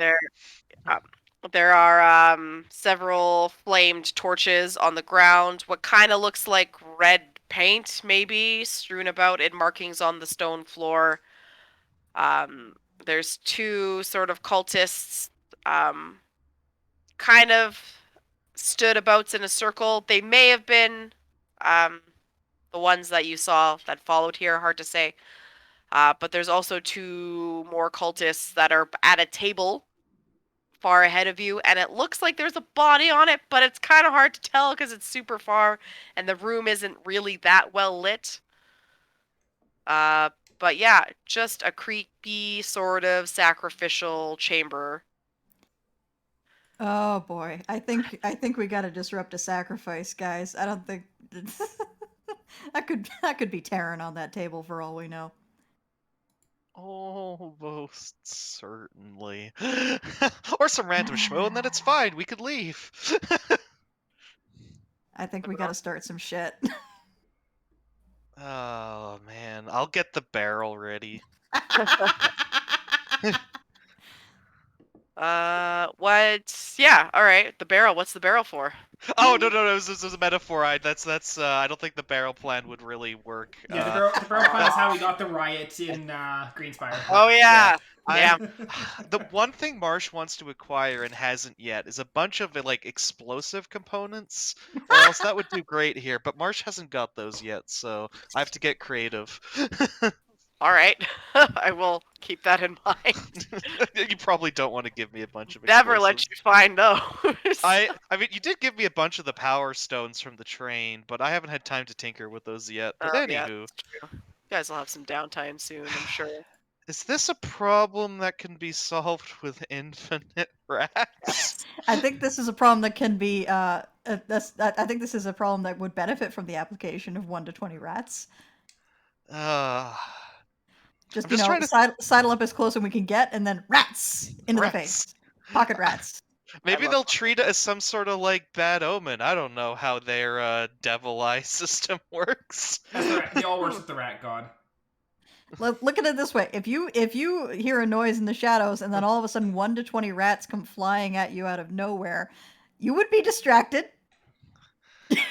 Does it look like any of them have noticed us in our No. entry? Okay. And it's fairly, like, even where they are, it's fairly dark, correct? Yeah. So there's two that are like right by kind of torches that are sort of on the ground. And then now that you're closer, you can see that there's a third that's sort of on the outskirts, and he seems to be walking in a circle around the ring on the ground. In fact, And how many people You're are not there, roughly? you're not in combat, but I'm just gonna say that you guys are hidden back here. So there's 4 people here? 2, 4, 5 total. So there's 2 at the Is it showing? Oh yeah, there we go. Yes. Oh, yeah, no, it's showing. My map just wasn't zoomed out enough. No, that's fair. 2 are sort of at the table. So here, obviously, there's 2 that are kind of at kind of candle torch on the ground, and this buddy here is walking around the circle. But for all intents and purposes, it's generally pretty, even by the torch areas, it's generally pretty dark. Pretty dark. Yep. That is correct. Do we want to spread out along that northeastern section, and then see if we can spring an ambush? Yeah, Quiet I'm thinking ambushy honestly, isn't ambushes. necessarily Naroke's strong suit, but I mean, The you rest are of us get into position, and then you charge in. how far is the? Ah, darn! I'd have to move closer. I think. Yeah. So I have the daylight spell right now.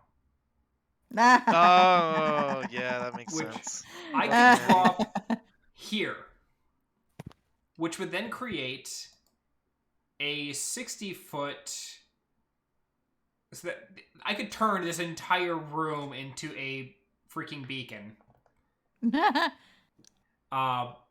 Which, considering that Burning it's their- dark, it's gonna.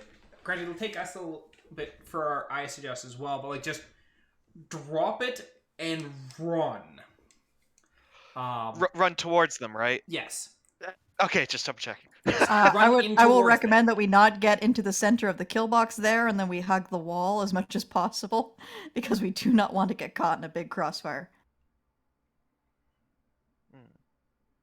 Yeah, no, the daylight plan, I'm liking it. It'll should give him a little bit of a surprise, so we And, can kind of. and it lasts for 1 hour. Oh no! And it does not require. It lasts for 1 hour and does not require concentration. Oh, that's mean. I love it. Do it. So if I drop that in, then yeah, basically this entire chamber is light. We have no problem with seeing. We catch them a little bit off guard. Nick, do you have a ranged weapon? I do. And Marsh, do you have a ranged weapon? Firebolt. That is a ranged weapon. But basically, yeah, it's like if I drop daylight and then we just start like as we're even moving in, taking those initial shots. From where we are, can I do a perception check to see if I can see if the body on the table is alive and moving at all? Yeah. I mean, anyone can try and take a look at that. Actually, yeah, as you go to look, you hear just a piercing scream coming from the table. Okay, we gotta move. Seems like he's being tortured. Sounds like go time is now then. Actually, yeah, I will cast heroism on Nick and Naroke. So yeah, you're immune to frightened, and you just get like 2 temporary hit points that will regenerate if they get hit every turn. So, that's a spell. Yeah, let me. All Maybe, good? actually, you know what? I'm gonna let you do your thing first. And then I'll start maybe casting buffs. Guys probably moved a little bit since you guys are planning as he's going around the circle.